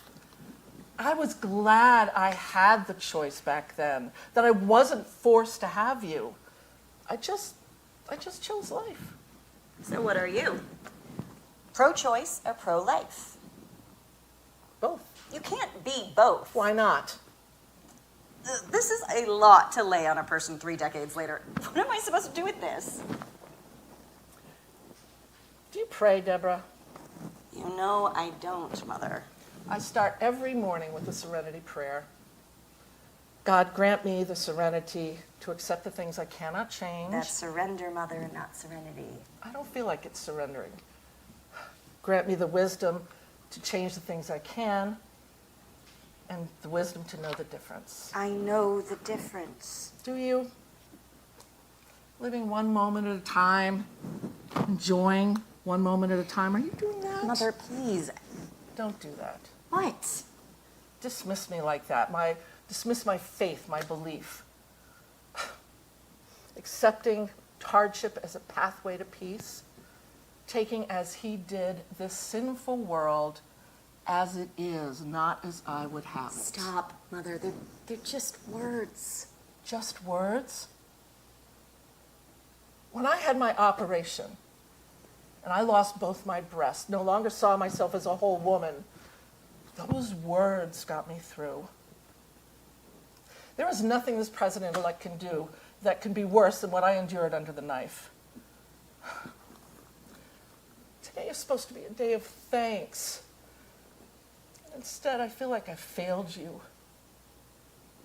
My beautiful daughter seems incapable of feeling the one thing we most wanted to instill. What? Gratitude? Belief. Belief in something greater, someone greater. Never underestimate the power of prayer, my dear. You know, after all of the votes are recounted and all of your electors' votes are turned, prayer might be the only thing left to you, to any of us. But I don't believe. Not like you. That's the beauty of it. You don't have to. It's just a prayer. Let the words comfort you, nourish you, heal you. I gotta go help your sister in the kitchen. I can help too. No, you stay here.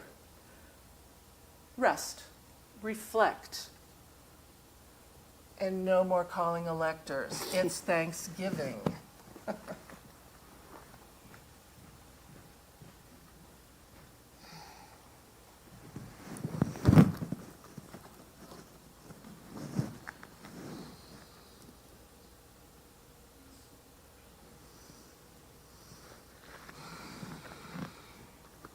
God, grant me the serenity to accept the things I cannot change, and the courage to change the things I can, and the wisdom to know the difference. Living,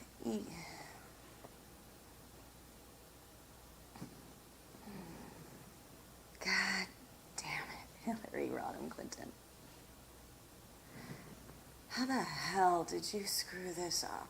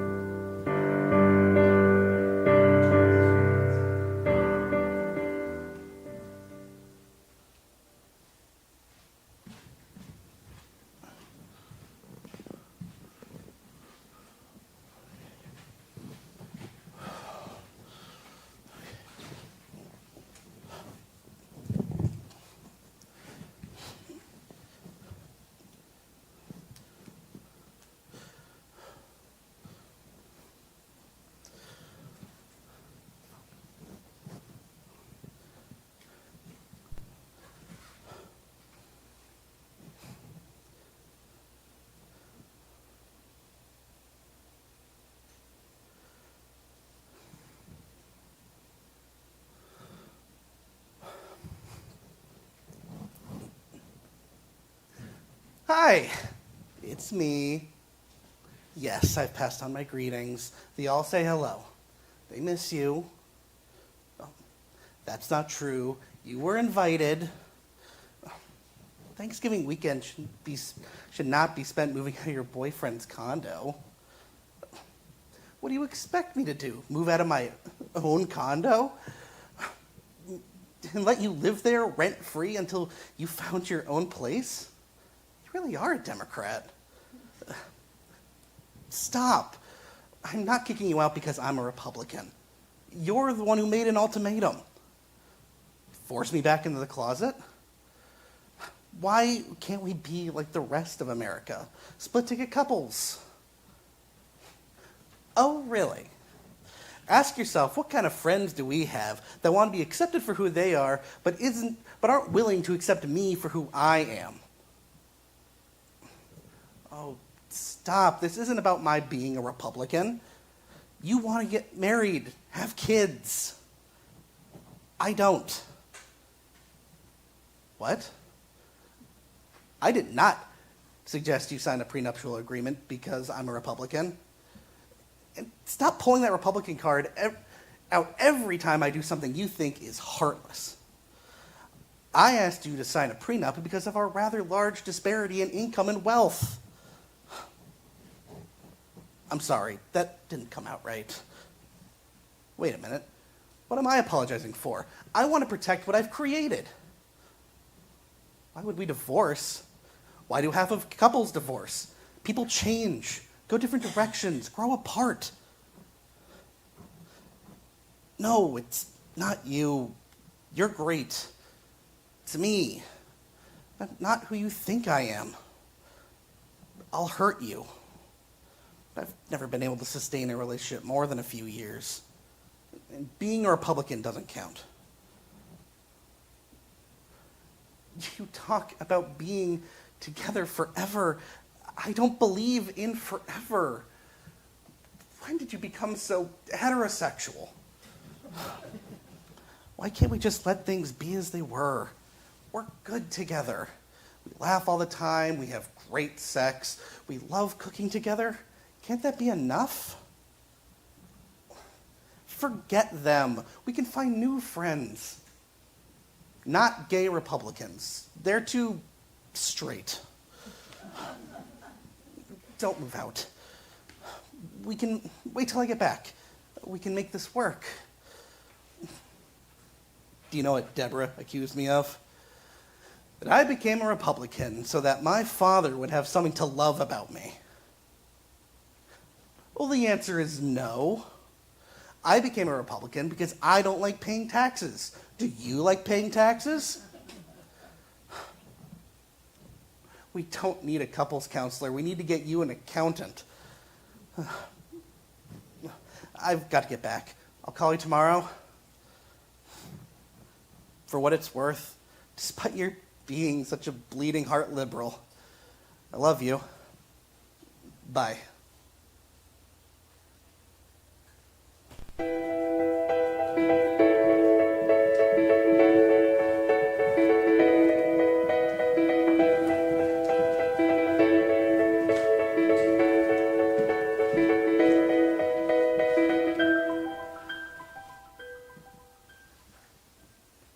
Anybody want anything else? Pie, cake, homemade cookies? I have brownies, macaroons. This is the one thing I hate about Thanksgiving. All we do is sit around and indulge all of our guilty pleasures, eating away. You'll be doing a lot of guilty pleasure eating in the next few months. I got so big when I had all of you like a giant wimp. Well, you were beautiful. Your father was so afraid of losing me, he started sympathy eating with me. And after your mom had you and she lost all that weight, I just kept getting bigger. More of you to love, my sweet.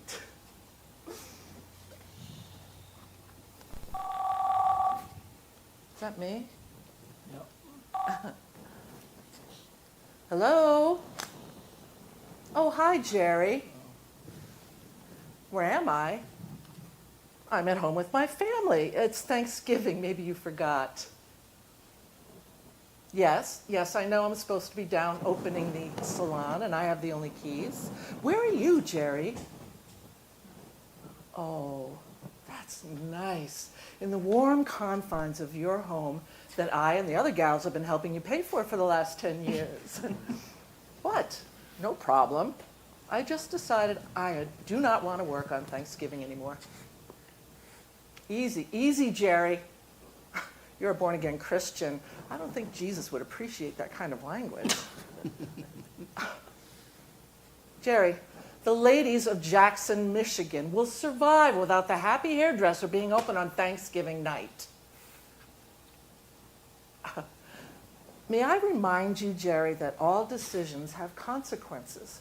And if you were to do that, I think the IRS would love to hear about your double set of books.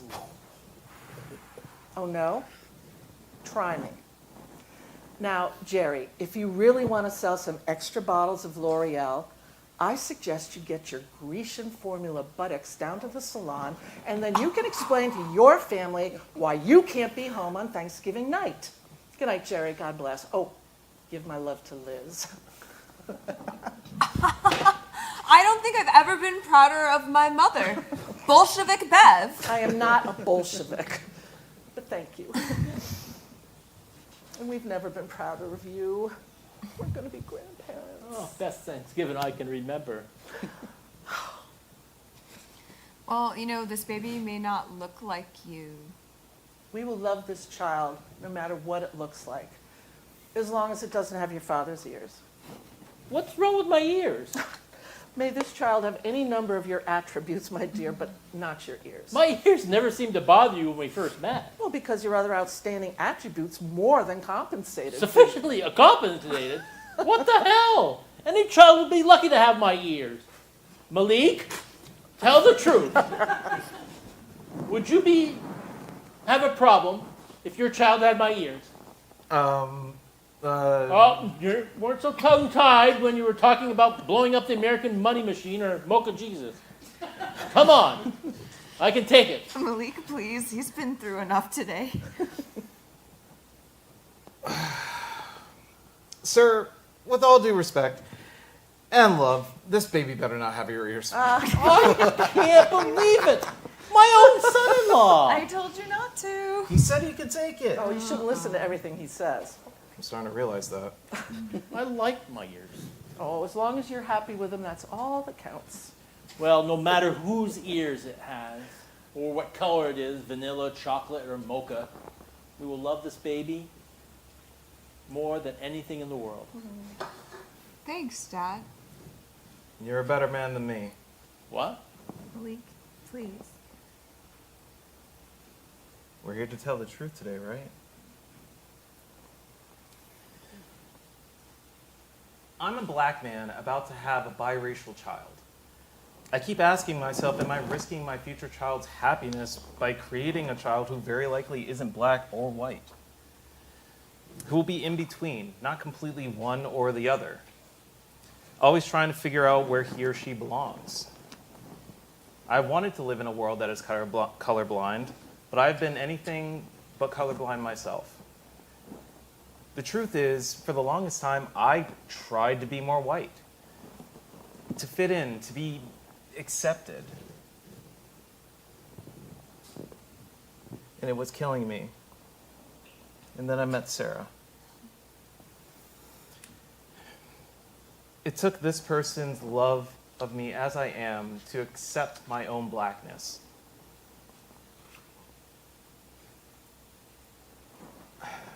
I don't want this child to be in between.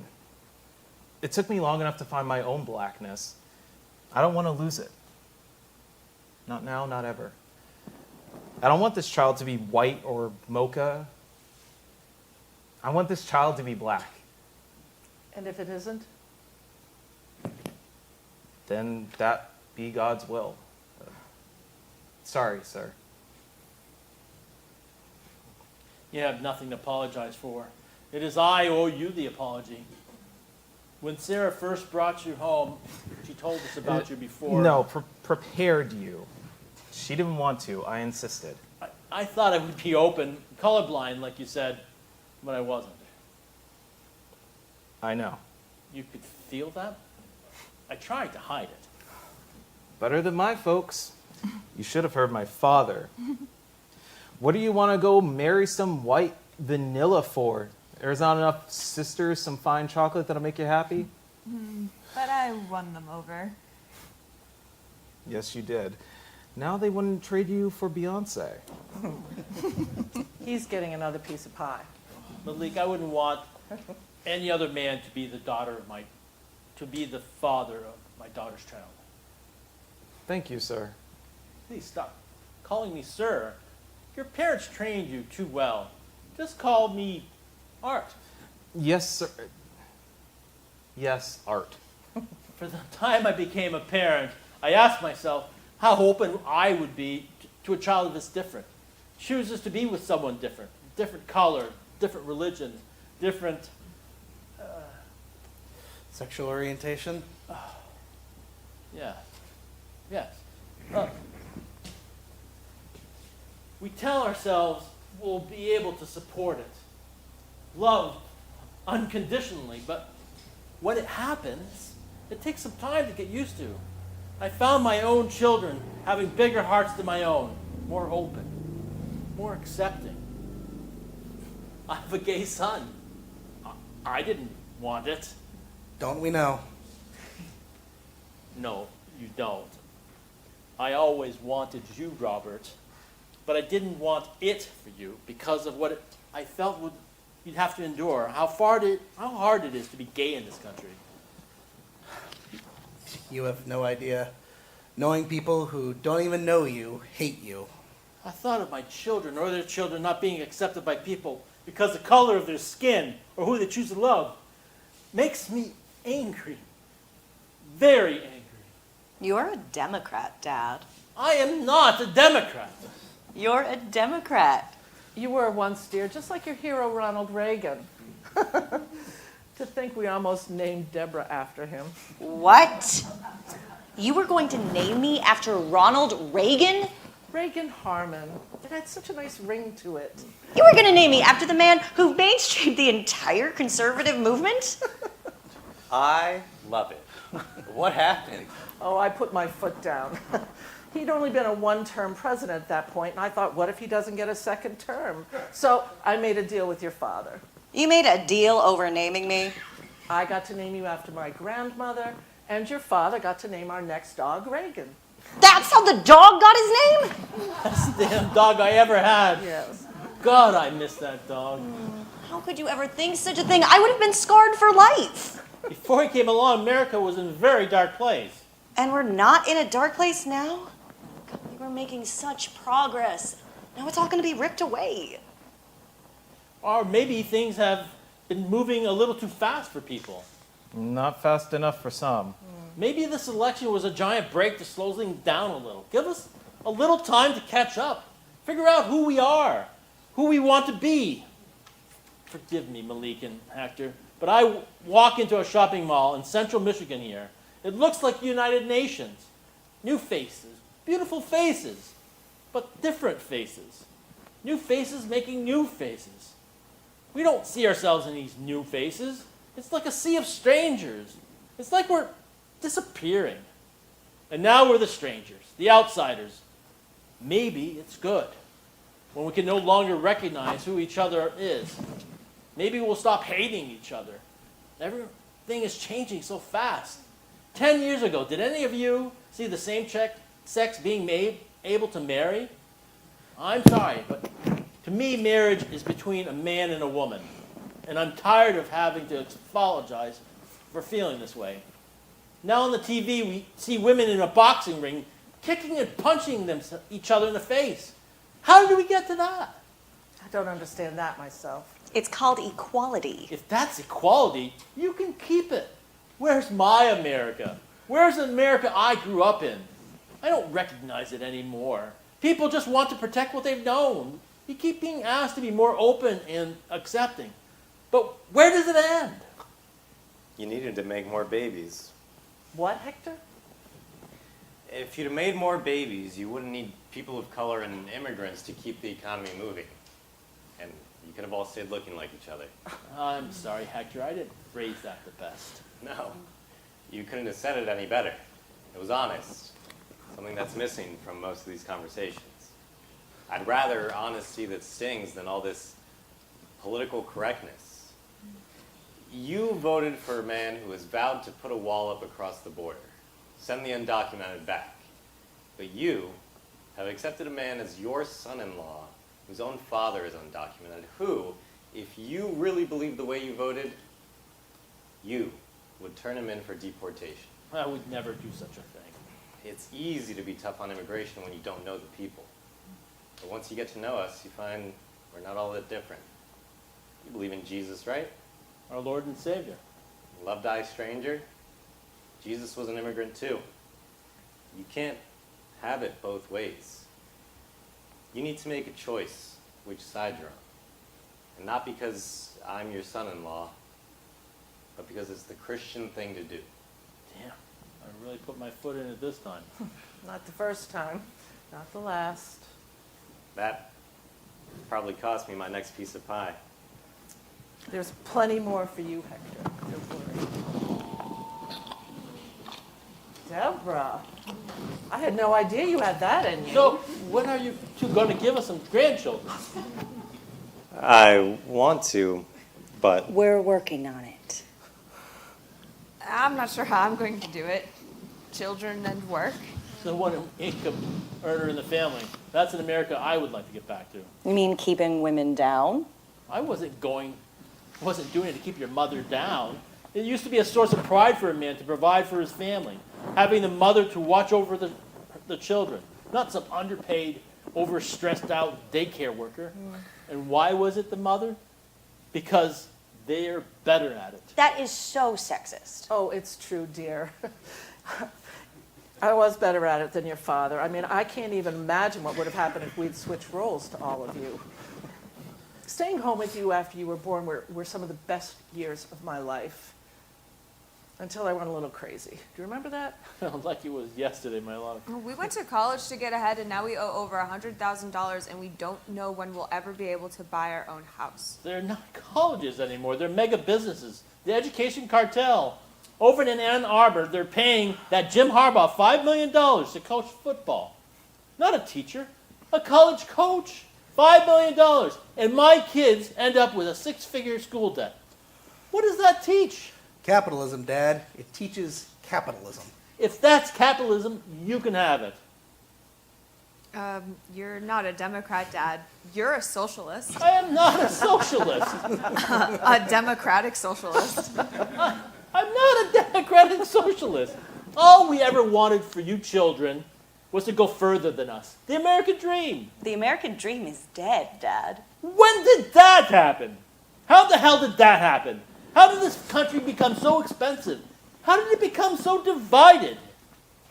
Easy, your blood pressure, honey. Oh, screw my blood pressure. What the hell is happening to this country? I just wish with all our differences that we could just find a way to all get along. Get along? Yes. My father voted for a man who publicly spoke proudly about molesting women. How am I supposed to get along with that? How do you, Mother? We are not the enemy. We never said you were. Yes, they are. We know that our beliefs shame and embarrass you. We're not embarrassed or ashamed. Yes, we are. We are ashamed and embarrassed of you. If our vote meant so much to you, why didn't you come to us? Why didn't you lobby to change our vote? We were waiting for you. The phone never rang. When you didn't call, that really hurt. Not even a phone call. Would it have changed things? How do you know if you didn't even try? How could you not see it? It was staring you right in the face.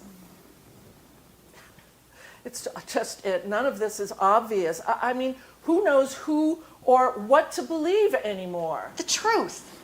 The truth is what we believe. The truth? I watch Fox, CNN, MSNBC. I try to be balanced.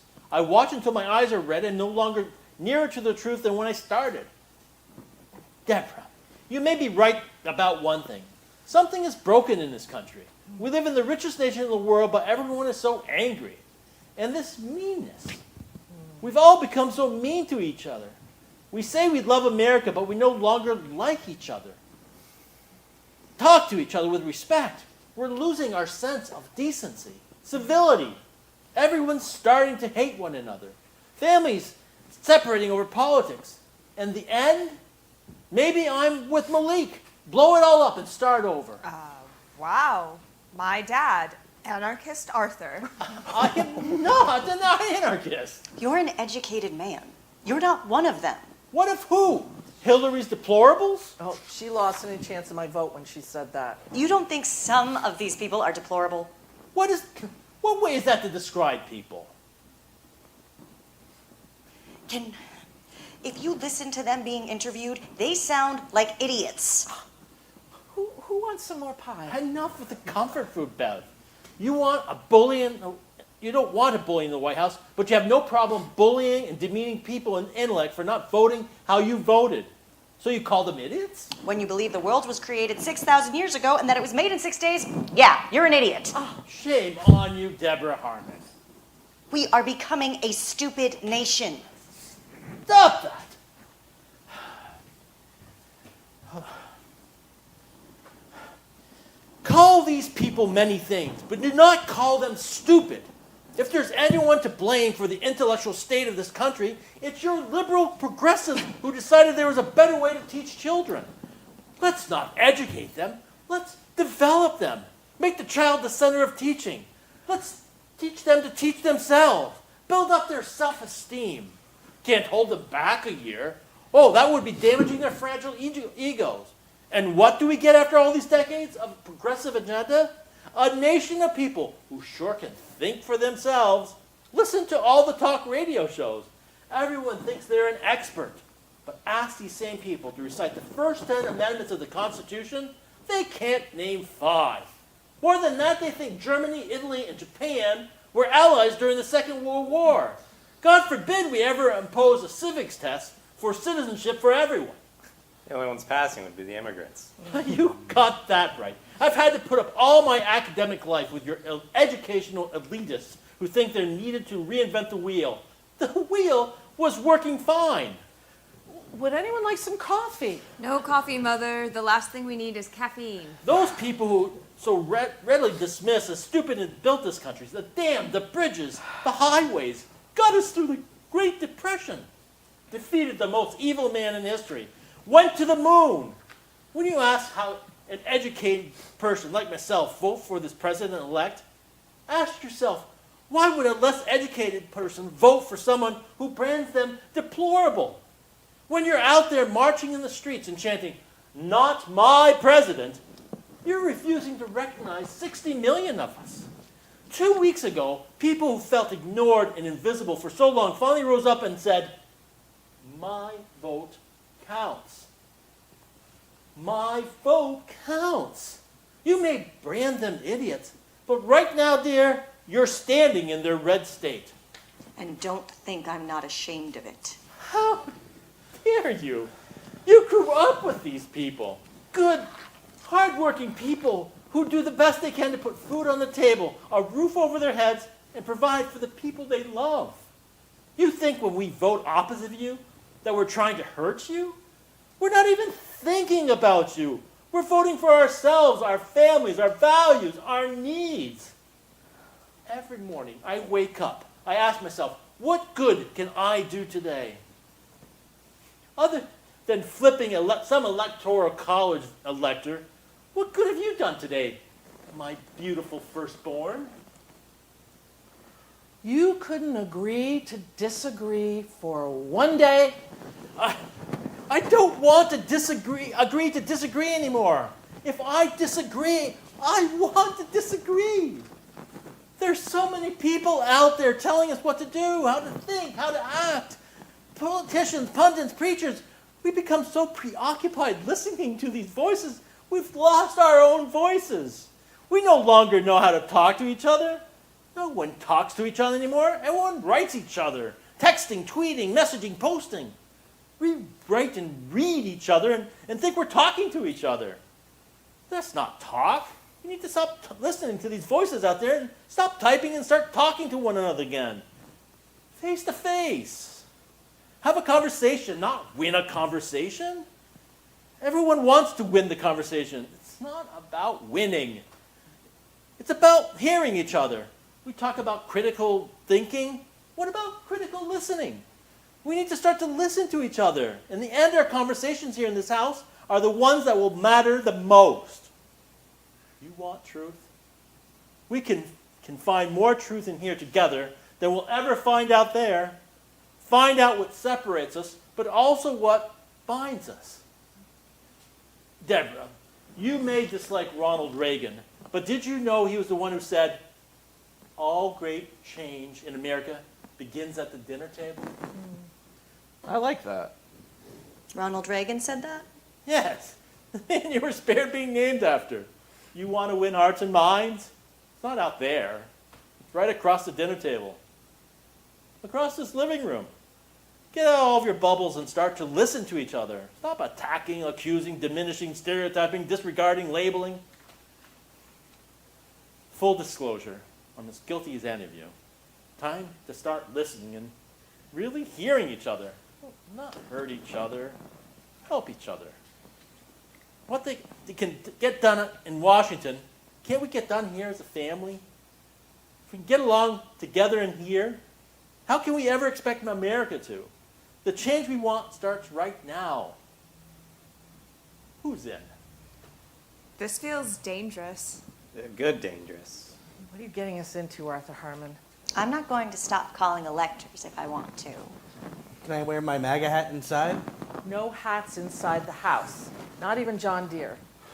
I have something here I want to read to all of you at dinner, but I was taken away. What's that, Dad? Abraham Lincoln's proclamation declaring Thanksgiving a national holiday.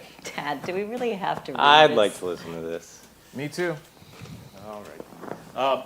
The proclamation that is drawing towards its close has been filled with the blessings of fruitful fields and healthful sky. I'm going to edit this a little bit. Blah, blah, blah. In the midst of a civil war of unequaled magnitude and severity, which has sometimes seemed to foreign states to invite and provoke their aggression, You sure this is from the 1860s? I do therefore invite my fellow citizens in every part of the United States, and also those who are at sea and those who are sojourning in foreign lands, to set apart and observe the last Thursday of November next as a day of thanksgiving and praise to our beneficent Father who dwelt in the heavens.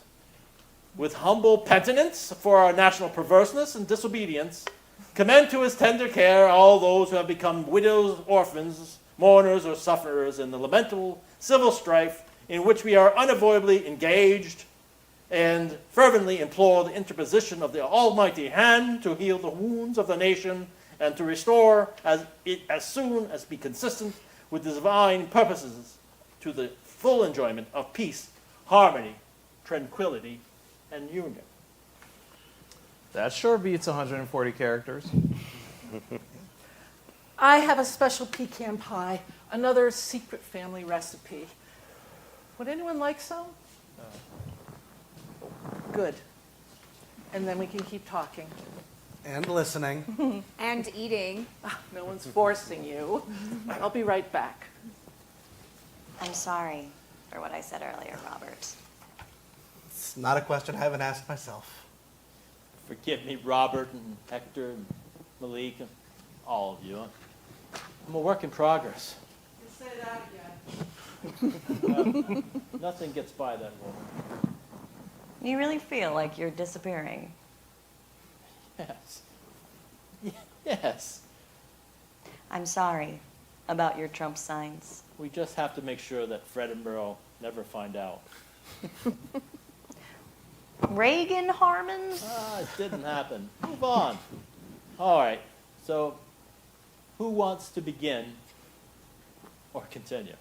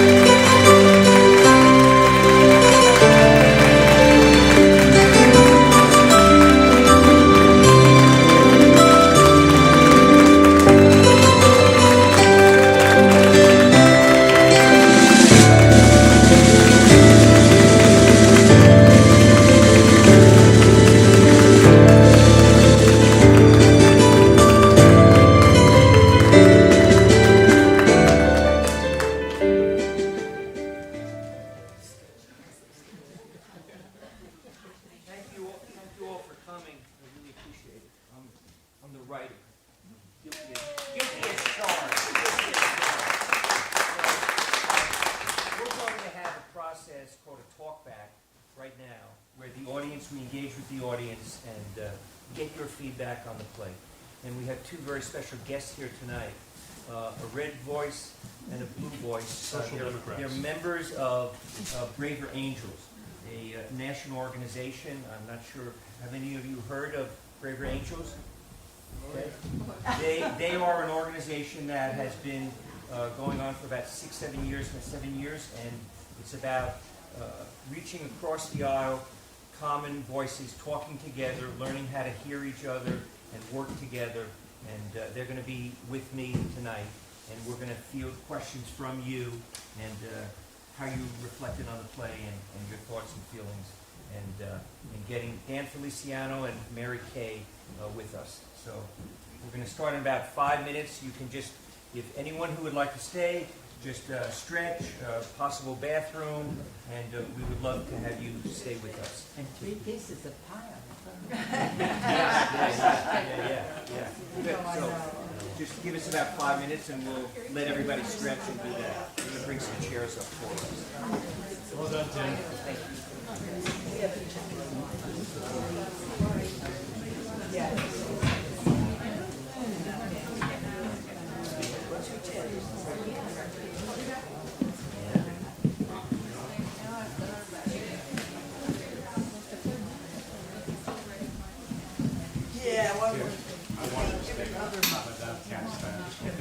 She's falling asleep. Yeah, you came a long way. I really enjoyed the discussion. Thank you so much for coming. Well, I didn't know you had this talent. We will find out. Hey, come on, Lola. This is Chantal. Oh, hi, Chantal. Jennifer, give us that out. Bravo. Qu'est-ce que tu faisais, en fait? Wow! Mais ça, c'est quelque chose d'intéressant. Really? C'est incroyable d'avoir amené des enfants. Parce que un de mes enfants, so like this is like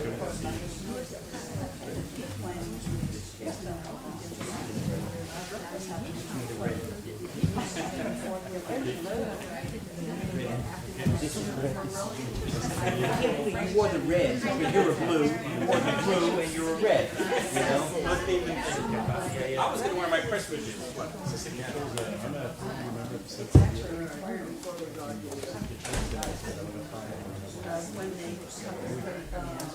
My connections, like I know you guys, I know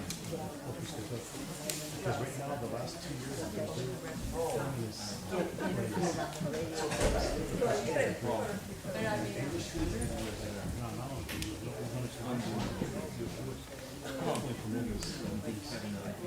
That's very true. Because our guard dog says,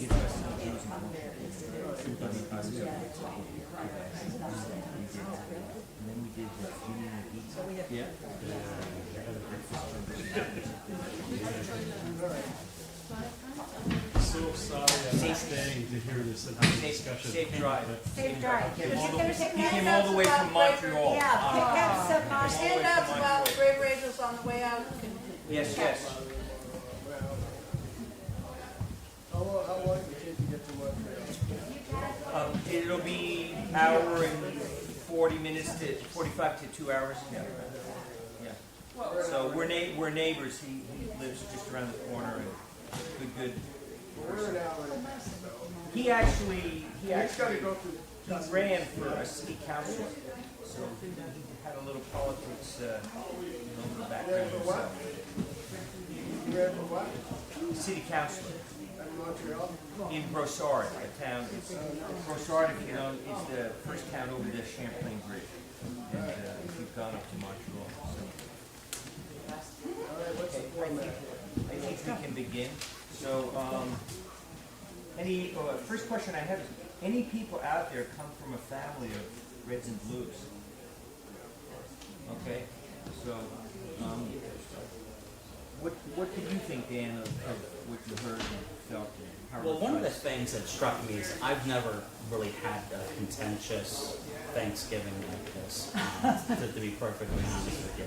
And I know that some of our Braver Angels meetings, some of the folks expressed that they've had very, very contentious Thanksgivings and holiday events, which is, it's concerning to me. I grew up as, when I was a young kid, I would spend my summers in Puerto Rico with my grandfather, and we'd take turns, and we had to take one side of an issue and then the other, and then he'd flip it, or we'd have to do other things. So as a little kid, I was comfortable talking about politics and then reversing positions, and then just like trying to hear another thing. I'm like, okay, I'll listen to it. I have my own perspectives, definitely, but never I like some of the stuff that we heard at our last Braver Angels meeting, which was really tough. Yeah. Right. And in contrast to that, I grew up in a Republican family with 3 siblings, and as we grew older and left, 3 of the 4 of us kind of went to the other side.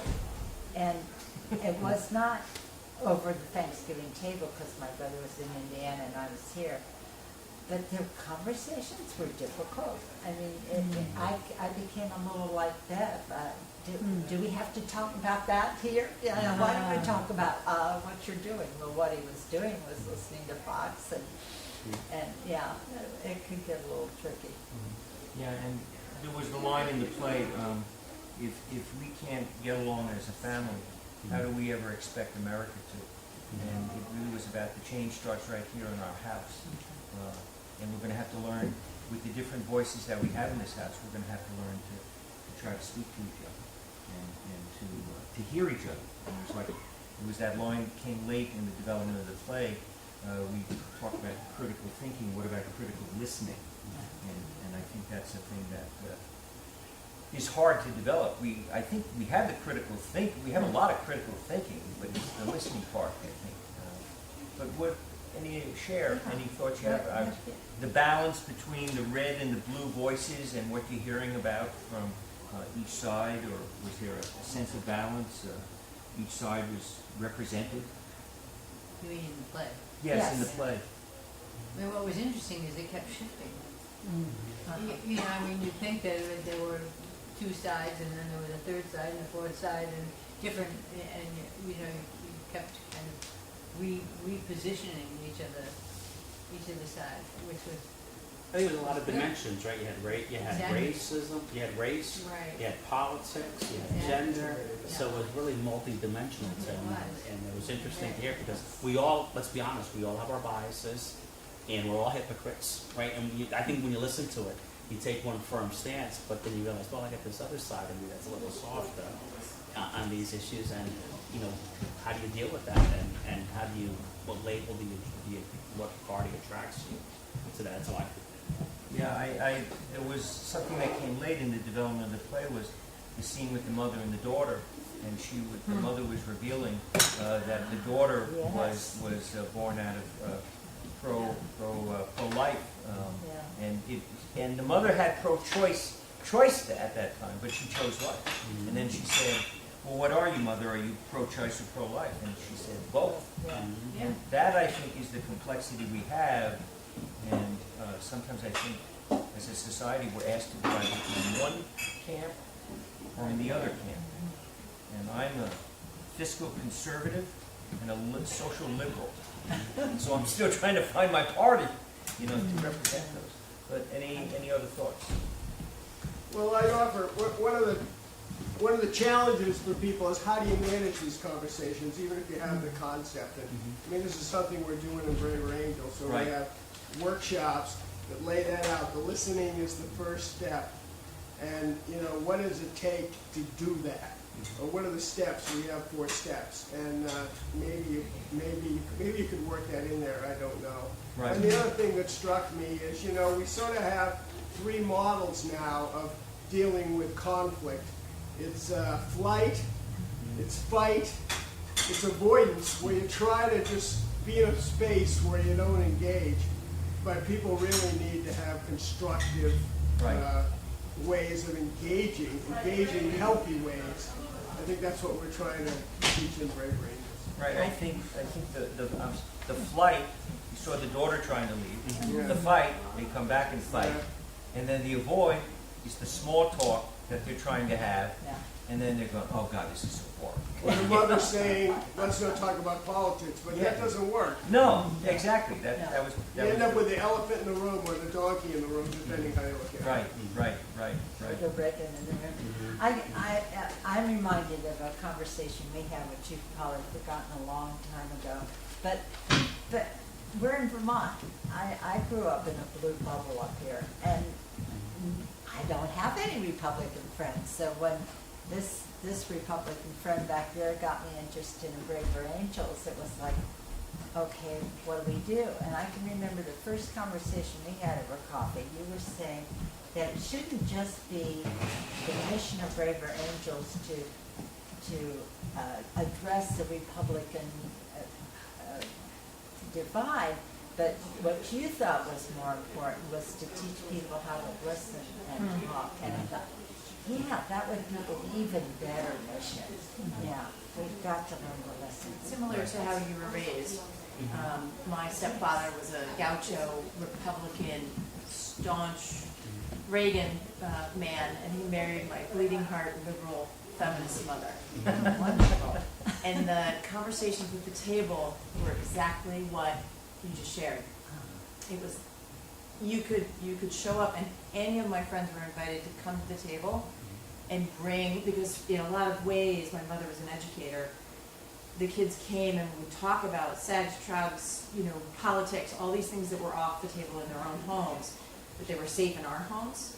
And it was because of, you can show up and you can say why you want this or you believe in this, but you better have facts. And you better be able to listen to the person across from you who completely disagreed from you. And try to repeat back what they were disagreeing. And so Mom and Dad really focused on listening, truly listening to understand, right? Not to get ready for the next question. So I think that, that is such an important thing to be thinking about. Right. And I think if we learn, so one of the things that they talk about in the Braver Angels quite a bit is no gotcha questions, right? We know we can, every party has done something crooked and stuff like that, so that doesn't get us anywhere, right? So-and-so did this, all right, well, so-and-so did that. That doesn't get, how do we draw a line in the sand and say, here's where we are today, and can we agree to move forward? And I think that's really difficult because we're looking for supporting evidence for what we believe, rather than saying, all right, let's draw a line in the sand, let's move forward. We keep bringing back this baggage and we can't let it go. So one of the things we have is no gotcha questions, and a gotcha question is something like bring data and bring facts or something, because we know, I'm a change agent by nature. Data is directional, change is emotional. All the data in the world is not going to change the emotional people. And how do you progress through that and have that conversation, which is, and your impressions when you're growing up, I think, really affect you. So here I am in Puerto Rico, a young kid, right? I'm 61 years old now. Very Puerto Rican family, very Catholic family. If you don't believe that, right? But I had a gay aunt, and my best friend was my gay aunt in Puerto Rico, and it was it was, everyone knew it, but it was just that kind of culture, that kind of openness environment where I had that luck of being in that mix to see to see what it is and experience it. But what I think was wonderful about this is it's the first time I saw it was the first time I really laughed about politics at all. And I think theater and drama and feelings, that's all part of the reaction, and you hit different people different ways. So I'm more curious about it. So as we were going through this, Tim, I don't mean to down. So many sides to it, right? And so layered. So you started out red, blue. Then we went into pro-life, pro-choice, and then we went into this other stuff. How did you find yourselves with your own thought process and with your own beliefs? How did that little journey? What did that feel like to you?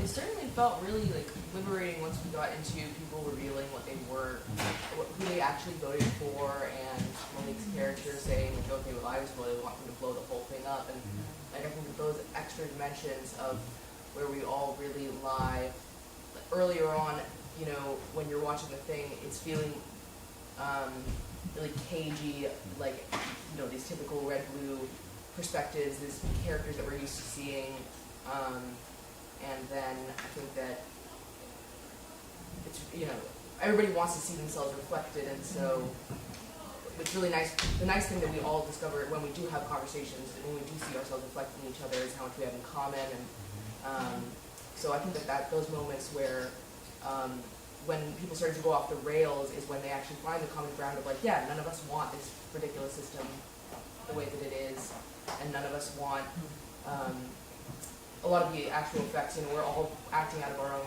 self-concern in one way or another. And I also think that that was the one area that I would have liked to maybe see more, maybe this play, or just in general, I think in life, that it's like,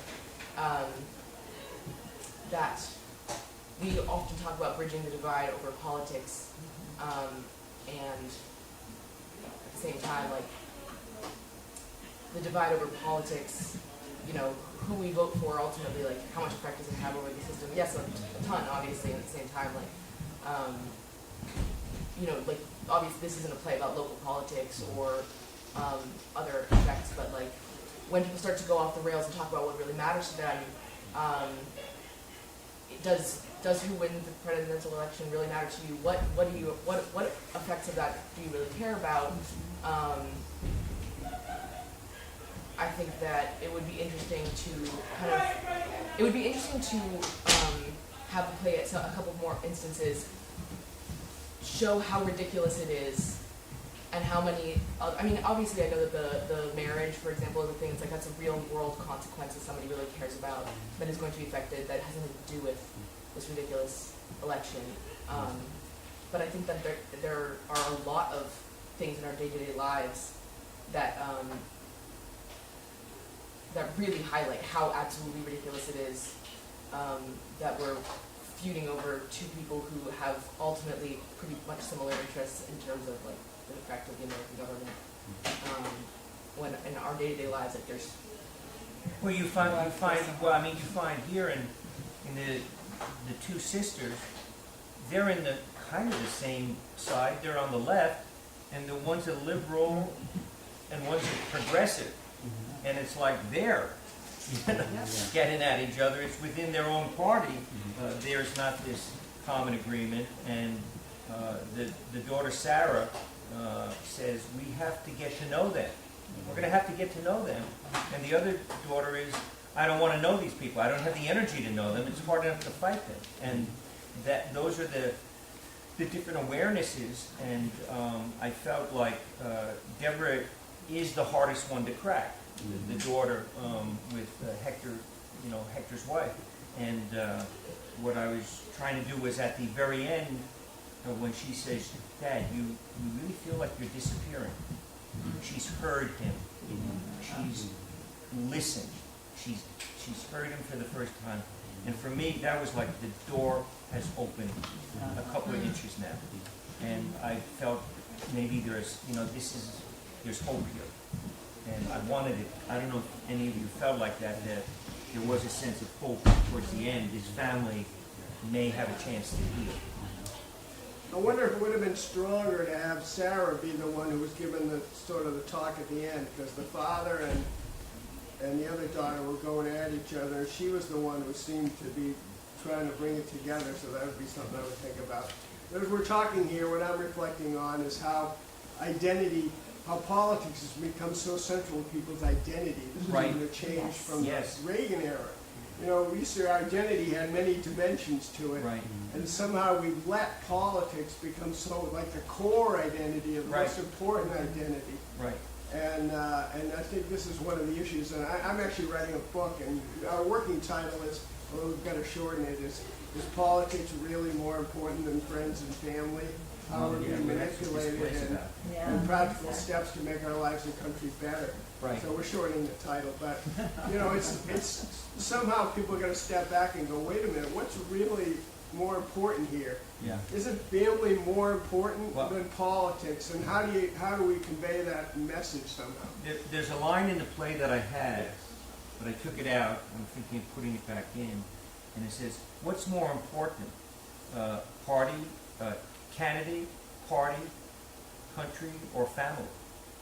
And Yeah. that to me is where that sense of what should be the most important has changed in the country. And I've had family members that we've had to just push ourselves back from each other to be able to still love each other, but we can't get at times too close because the politics gets in the way. This reminds me a little of and I can't tell it here, but the Native American story about the wolves and the elders saying, which wolf are you going to feed?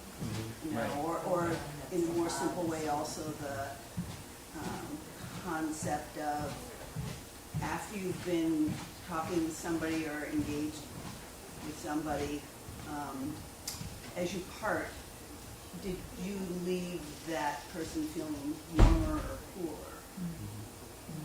Well, there's that line in the play, what good did you do today? Is that he wakes up every morning and he asks himself, what good can I do today? And he asks his daughter, and his daughter can't really answer that. I just loved your comment about disarming, and when you talk from your heart, you disarm people, which is very powerful.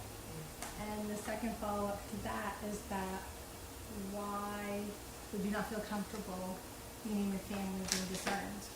And then why would you want to identify with a social thing that is a fight as opposed to your family, which is supposed to love you? So what is the underlying thing that's going on? Yeah, well, and what the father says, what is going on in this country? And we're not going to get the answer. Yeah, but I think when you think about that, so I said this kind of a nasty thing at one of our Braver Angels meetings, that we have so much I've traveled all over the world and worked with governments and businesses all over the world. We have so much prosperity and privilege that we have the luxury of manufacturing some sort of outrage. And I think we're at the point now where we're talking about labels, but now we've split the labels. So we have red, brandy, we have purple, and I feel like we keep micro-segmenting ourselves and looking for our own little identity, our nameplate somewhere, rather than bringing it back together.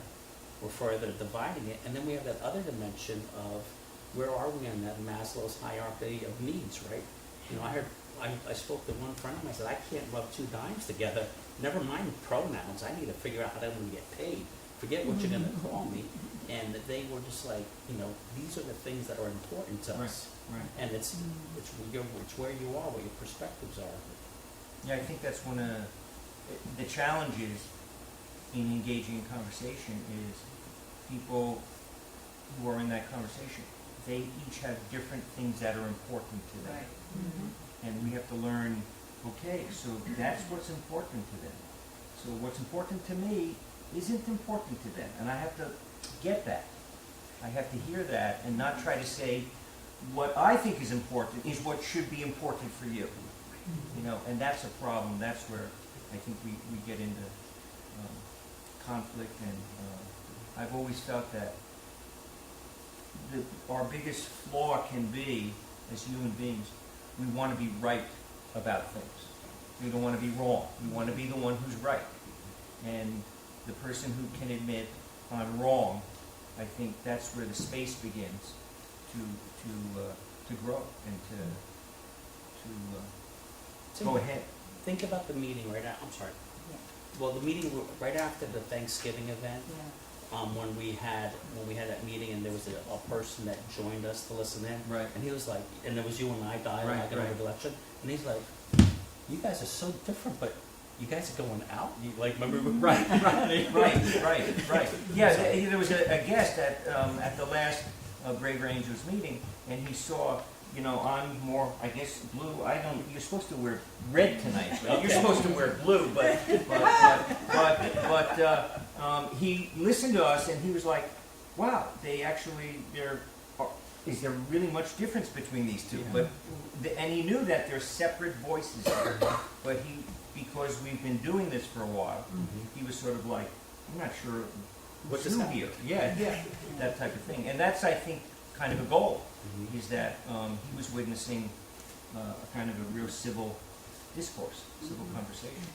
And, But can I interrupt? Sure, On the flip absolutely. side of that, I was thinking of the very same meeting, that there was another person who was Republican who did not want to come to that meeting that close after the election. And I'm thinking, why? You know, I can understand a Democrat not wanting to come, but why a Republican? But I was listening to Monica Guzman, and if you've never heard her, she's got a podcast on Braver Angels that's called Braver Way.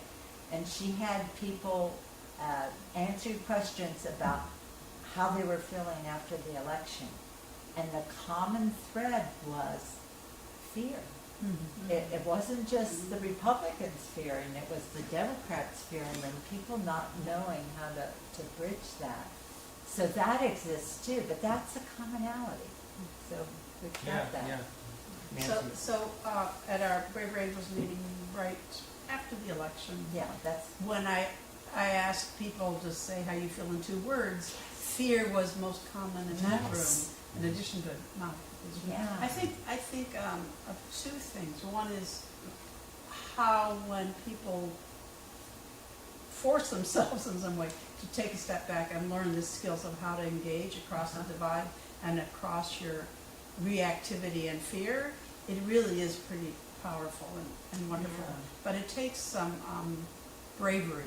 I mean, it's called Braver Angels, it used to be called Better Angels. But anyway, I think it does take Braver that. is better.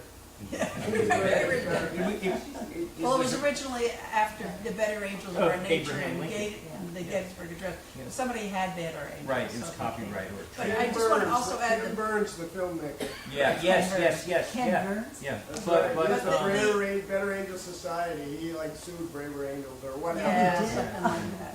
But the, sorry, just a couple more thoughts. One is, a gotcha question is a question you don't want to know the answer to. So that's what you don't want to do in our Braver Angels meeting. You don't want to say, do you really believe that? Because that's not a real question. Right. That sounds like it's a question, but you don't really want to answer. It's a rhetorical It's exactly. So to ask it is, I've never thought of it that way. Can you tell me more about your sources and where you get those ideas from? And then to actually listen to their answer and be ready to learn from it. And Rumble Strip, wonderful Rumble Strip podcast. She's a Braver Angels model.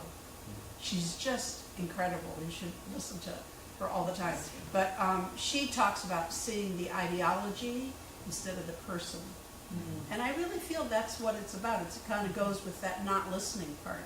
Because you say, oh, you're one of those. And that happens to me all the time with my friends. They're always saying, oh, I can't talk to those people. Oh, no. And I think it's hard work to notice that and force yourself to take a step back and not do that. But it's positive work. Maybe you could work some of that into the skit, some of the skills, I don't know. I think it has to be cut first. You know? It's too long. Yeah, it's long. It's so rich. It's so rich. Yeah. But, you know. It's hard to know where to cut. Yeah. We're going to wrap it up. One last question. Yeah.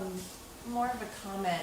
I think when the dad stepped aside to take that phone call, and all of us were like, what just happened? And it came back and it was discussed what happened, and then there was a little dialogue around it. I don't want to say cut it, but it either needs to go, because that is an opportunity to I mean, wow, right? Swastika, the whole thing, a comment was made by Deb about, KKK, but it was quick. It's a fast thing. And so I don't want to cut it because I think it's important. In fact, I want you to extend it, but if you have to cut anything, because I think that at that moment, you saw that Dad was so gripped. Right. And the rest, everybody else is like, wow, you're this upset, and yet you just elected somebody who Well, that's what- could be the yeah, frog he's- that's boiling, right? Yeah. So I just saw that as like, I wanted more there. And, yeah, okay, that's a, Yeah. I have to, think and look at that, but those events, it was I started writing it 2 weeks after the election. It just came to me, what is Thanksgiving going to be like next week? And all of a sudden, the characters the voices were coming out within 4 days, and boom, I was away, off and running. And as I was writing it, I was researching and reading what's going on out there. And what I learned was there was swastikas spray painted on schools. There were nooses. I said, I'm going to work that in because that tension was going on after the election, and I wanted to represent it, Well, maybe you'd get more traction if you updated it. I know that would be a big rewrite, but. Yeah, no, one of the things I feel is I wanted to have that distance. 2016, I feel like, is almost a more innocent. It was like, we might say, Trump 1.0, and now we're getting another version. I love the time period it's in. I think that's Yeah, and I think we go back to that moment where that shock of that first time and how we deal with it. Good, thank you all for coming. There is some Braver Angels information on the chair if anybody's interested. I'm sorry, I forgot your name. Carol. Carol. So if I wanted to be in touch with you about this conversation, I go to Dan and Everyone asked me, because I have to figure it out. Thank you. asked me anything tomorrow. I'm more than happy. Yeah. There's literature on Braver Angels right here. You can take and there's a great one.